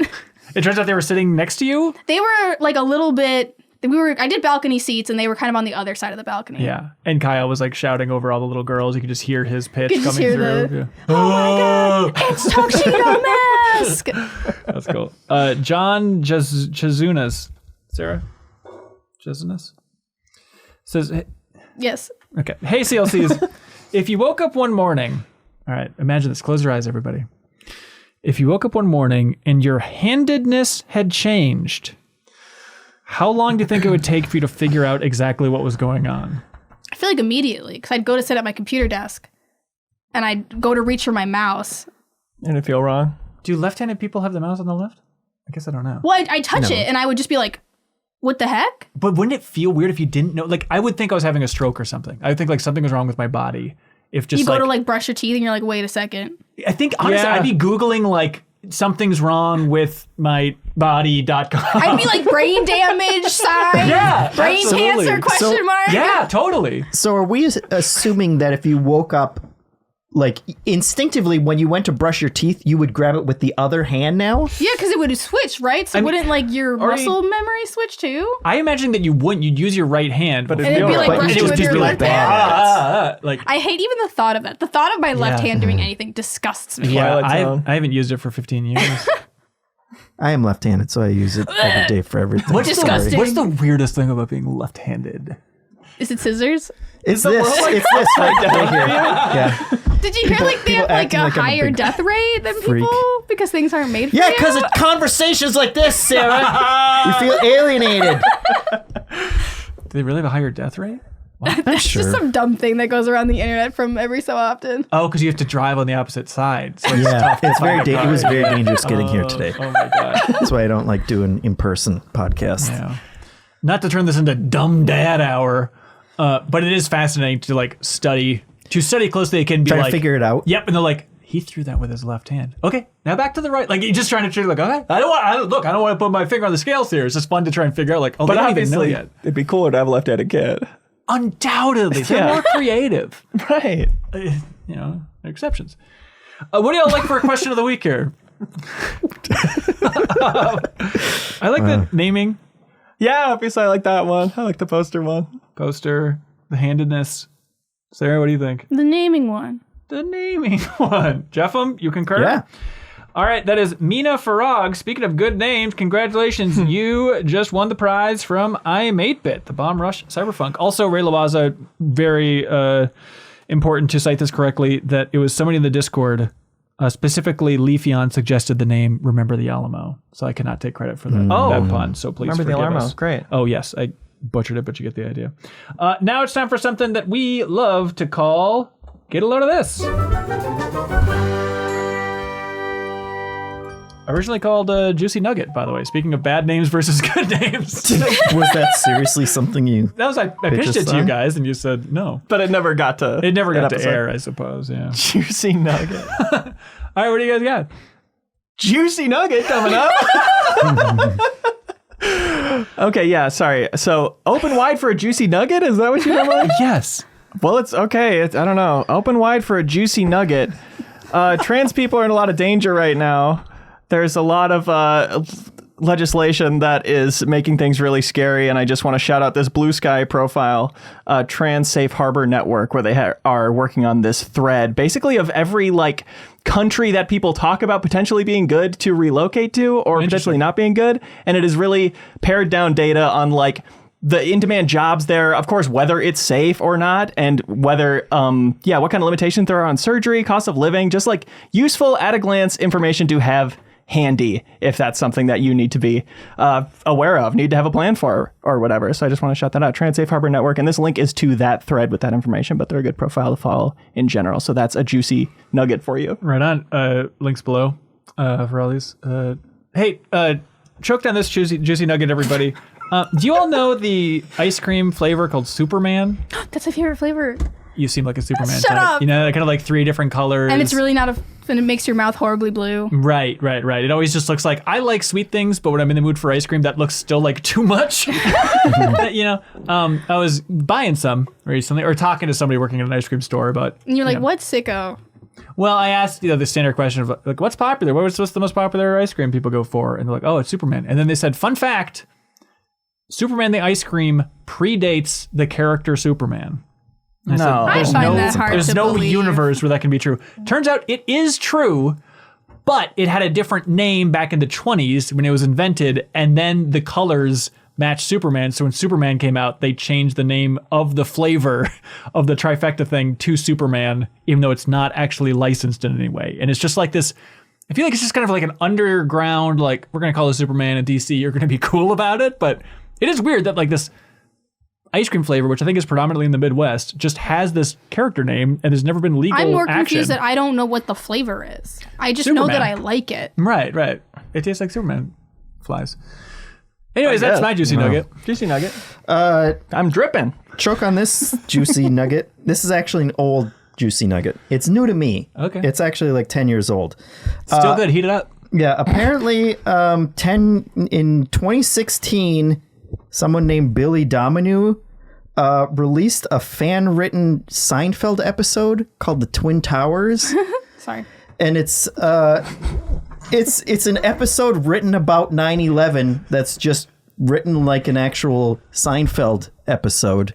And it perfectly nails Seinfeld. If you read it, it just seems, you'll read it and be like, yep, that was written by Larry David. And they're Jerry joking Seinfeld. about 9/11? No, it kind of takes place around 9/11. It's as if those two would actually sit down and write something like what happens to the cast in the immediate aftermath. So like, of everything's 9/11. closed. Like, it's such a pain in the butt. So like, okay. Jerry is like freaked out because there's dust everywhere. Right. And like this is dark. and George Costanza is like jealous of the firefighters and police officers, but then he gets mistaken as like having saved people, and he just goes along with it. All that kind of stuff. You can read the whole script online. Love it. Wow. Haunting. Okay. This is my juicy nugget. This is my juicy nugget. There is a Magic the Gathering website called Mythic Spoiler that was made, I believe, about 12 years ago. And they would post sort of like images of what Magic the Gathering cards would look like, right? So they'd kind of be like a way that if you want to see what all the new cards are, you would go to this website. The creator of that website is also the creator of Blueprints. And this is what they say. They say, I created Mythic Spoiler 12 years ago as a way to allow players to view card sets in a visually pleasing way. This website has always been a passion project of mine, but I never expected it would allow me to pursue my dreams of making a game. Wow. For the past 8 years, all of the ad revenue from this website has gone into making Blueprints. And then it even has like a thing on their website too, like that, like there's like about Blueprints in the upper corner of the website. Oh, that's wild. Huh. Yeah, in interviews, he was talking about being inspired by so many card games like Dominion and stuff like that, like tabletop stuff. It's like, okay, that makes sense. Totally. That's cool. Super cool. Hey, get a load of this. Michael Berry. Oh, hang on. Was this the one I wanted to use? I think it was. Michael Berry in the Discord, they share fun tidbits each and every day. Michael Berry posted this YouTube channel, which is about Lost Mega Man Legends game has been found and translated. I believe it's a phone game. It's been translated into English now, so you can check that out if you want. Great Adventure on 5 Islands. I am very curious to dive into this weird thing. So thanks to, of course, Michael Berry for sharing that fun stuff in there. Also, bonus Juicy Nugget is Charles Hart.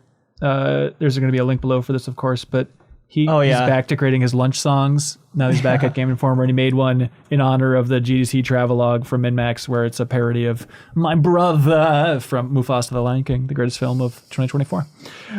That is unbelievably good, as all of his songs are. It's you listening aren't in disbelief, yeah. Yes, absolutely. And believe it or not, he really enjoyed the music for South of Midnight. His review was like, this music rules over and over again, but having that musical knowledge for sure.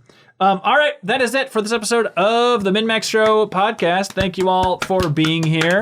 Keep the feedback rolling. We can clap all we want in person. It doesn't. It has no magic ability. It has no effect. And Discord can't drown it out. You can't hide our pride. Coming up at MinnMax here, we have, again, the deepest dive on Clair Obscur Expedition 33. The previews have been red hot on this upcoming RPG, so if you want a great place to talk about it, you can support MinnMax on Patreon at any tier and join the Discord, where there's going to be a great discussion about it, and then submit comments for us to read during our discussion, or join at the $5 tier to unlock the podcast version of all that. Yeah. Again, we weren't sure whether to do it until we found out whether it was really good or not, and it seems like it's really good. And you have to guess what person at MinnMax said it was really good that changed Ben's mind on doing a deep dive on it. Because he didn't want to do it originally. It's a gamble. It's a gamble. It is a gamble, but, people take that into consideration. If you're unsure about it, it might be fun. There we go.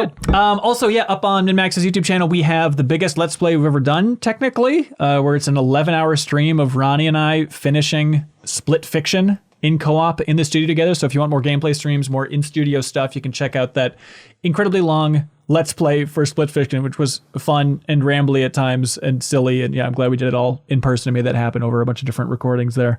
We have Bonus Pod. Haley McLean's Bonus Pod. If you're at the $5 tier, you unlock that bonus show each and every week. So it's called Bonus Pod because you know exactly what it is. Leo, stop licking the gosh darn table. Ew! Haley took great calls. I don't think Ben cleans this. I've never cleaned that table. Do you know how much Ronnie sweat is on that table after 11 hours? You can taste it. Bonus Pod, Haley's show. She talks more about her thoughts on Blueprints, spoiler free, but then also takes a bunch of fun calls from the community, from people at that $20 tier, which we're very thankful for everybody at that MinnMax Council tier. New Show Plus this week, Scripted Podcast continues. Where this week it was Kelsey and Janet and Haley writing a deepest dive for Jacob and Leo and I to do on the game Plock for Super Nintendo, which they knocked it out of the park. It was very, very impressive, and it's getting scary how well everybody knows mannerisms. But I went back and watched that today, by the way. Janet is uncanny. She is. For being like, okay, Jacob does this thing where he tilts his head 45 degrees and then he says this phrase before he goes into this phrase. Like, whoa, Janet I made is a clip listening. about that with clips of Jacob my doing gosh. that. And it is really something. That's fun. Pew Pew Bang. There's a new episode coming up on Monday. What do you talk about, Sarah? Game merch. Game merch. Game merch. Interesting. So subscribe to Pew Pew Bang in a standalone podcast feed. Leave a review. Help spread the word. It's also on our YouTube channel if you want to watch or share the video version there. Also, shout out to everybody in the Discord. We posted something we'll be talking more about. Like a cool new, hopefully, initiative here at MinnMax would be the right way to phrase that, of just saying like, hey, would anybody in the community be up for doing this thing? And God bless the people in the Discord for going out on a limb and be like, yeah, I'm totally up for that. That sounds great. And so look forward to something unique coming up in early May, something I've wanted to do for years. And hopefully it goes well and we can keep doing more of it and we can make the world a slightly better place thanks to this whole MinnMax thing, kind of leaning into that getting better thing in a way that we haven't as much since the show Better Quest went down. So look forward to that in the future. But that is it. Sarah, do you like podcasting in person? Yes, I love it.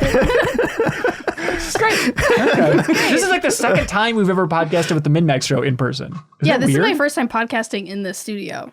Yeah. That isn't just Whoa. like a Game of the Year awards or extra or Give to the Max. Yeah. Give to the Max. Yeah, Whatever the hell it is. Yeah. What do you think? Pros and cons? it's nice. Okay. It's nice. The podcasting in person, pros and cons? Pros and cons. You get to watch Leo lick things off the table. Yeah. But also there's like nothing to look at when I need to look at something. Don't you wish it was like a That 70s Show style setup where we could have more eye contact? Because it kind of does feel weird to be like sometimes leaning I'm just around like and looking stuff. into space and I'm like, if I look at Leo, then I turn away from Ben, and then if I look I this barely way, looked at Jeff on this whole time. I know you've been looking I hope this way he's still the there. entire time. He left a couple of minutes ago. You should have just looked at Leo and never broke eye contact just so you weren't looking at my notes the whole time. Jeff, thank you for coming out. Greatly appreciate it. Leo, thank you. Sarah, thank you. You should get one of those screen protectors that's where you can only see you it. can't see sometimes. on the side. That would kill me because literally, if people haven't noticed, I always end up sitting next to Ben at these things, and all I do is read chat. Yeah, like during like the Game of the Year stuff or like Extra Life, like I literally just read chat. It's like the I Twitch sometimes- training. Like you need that Twitch chat. Yeah. I sometimes do too, and I have the same problem. Yeah. So I can't not look. I Yeah. need to look. Yeah, I get it. All right. Well, there we go, everybody. Keep the feedback rolling. We appreciate it. You can support us at Patreon if you appreciate this type of content and more content in the future, including the deepest dive. We're doing it, everybody. One Blueprints clue for you to send you a home on. Okay. Ballroom sets gems to 2. Does that mean something? I'll be honest, Leo, I don't think it does. Thanks so much, everybody. Be good, have fun. Let's go.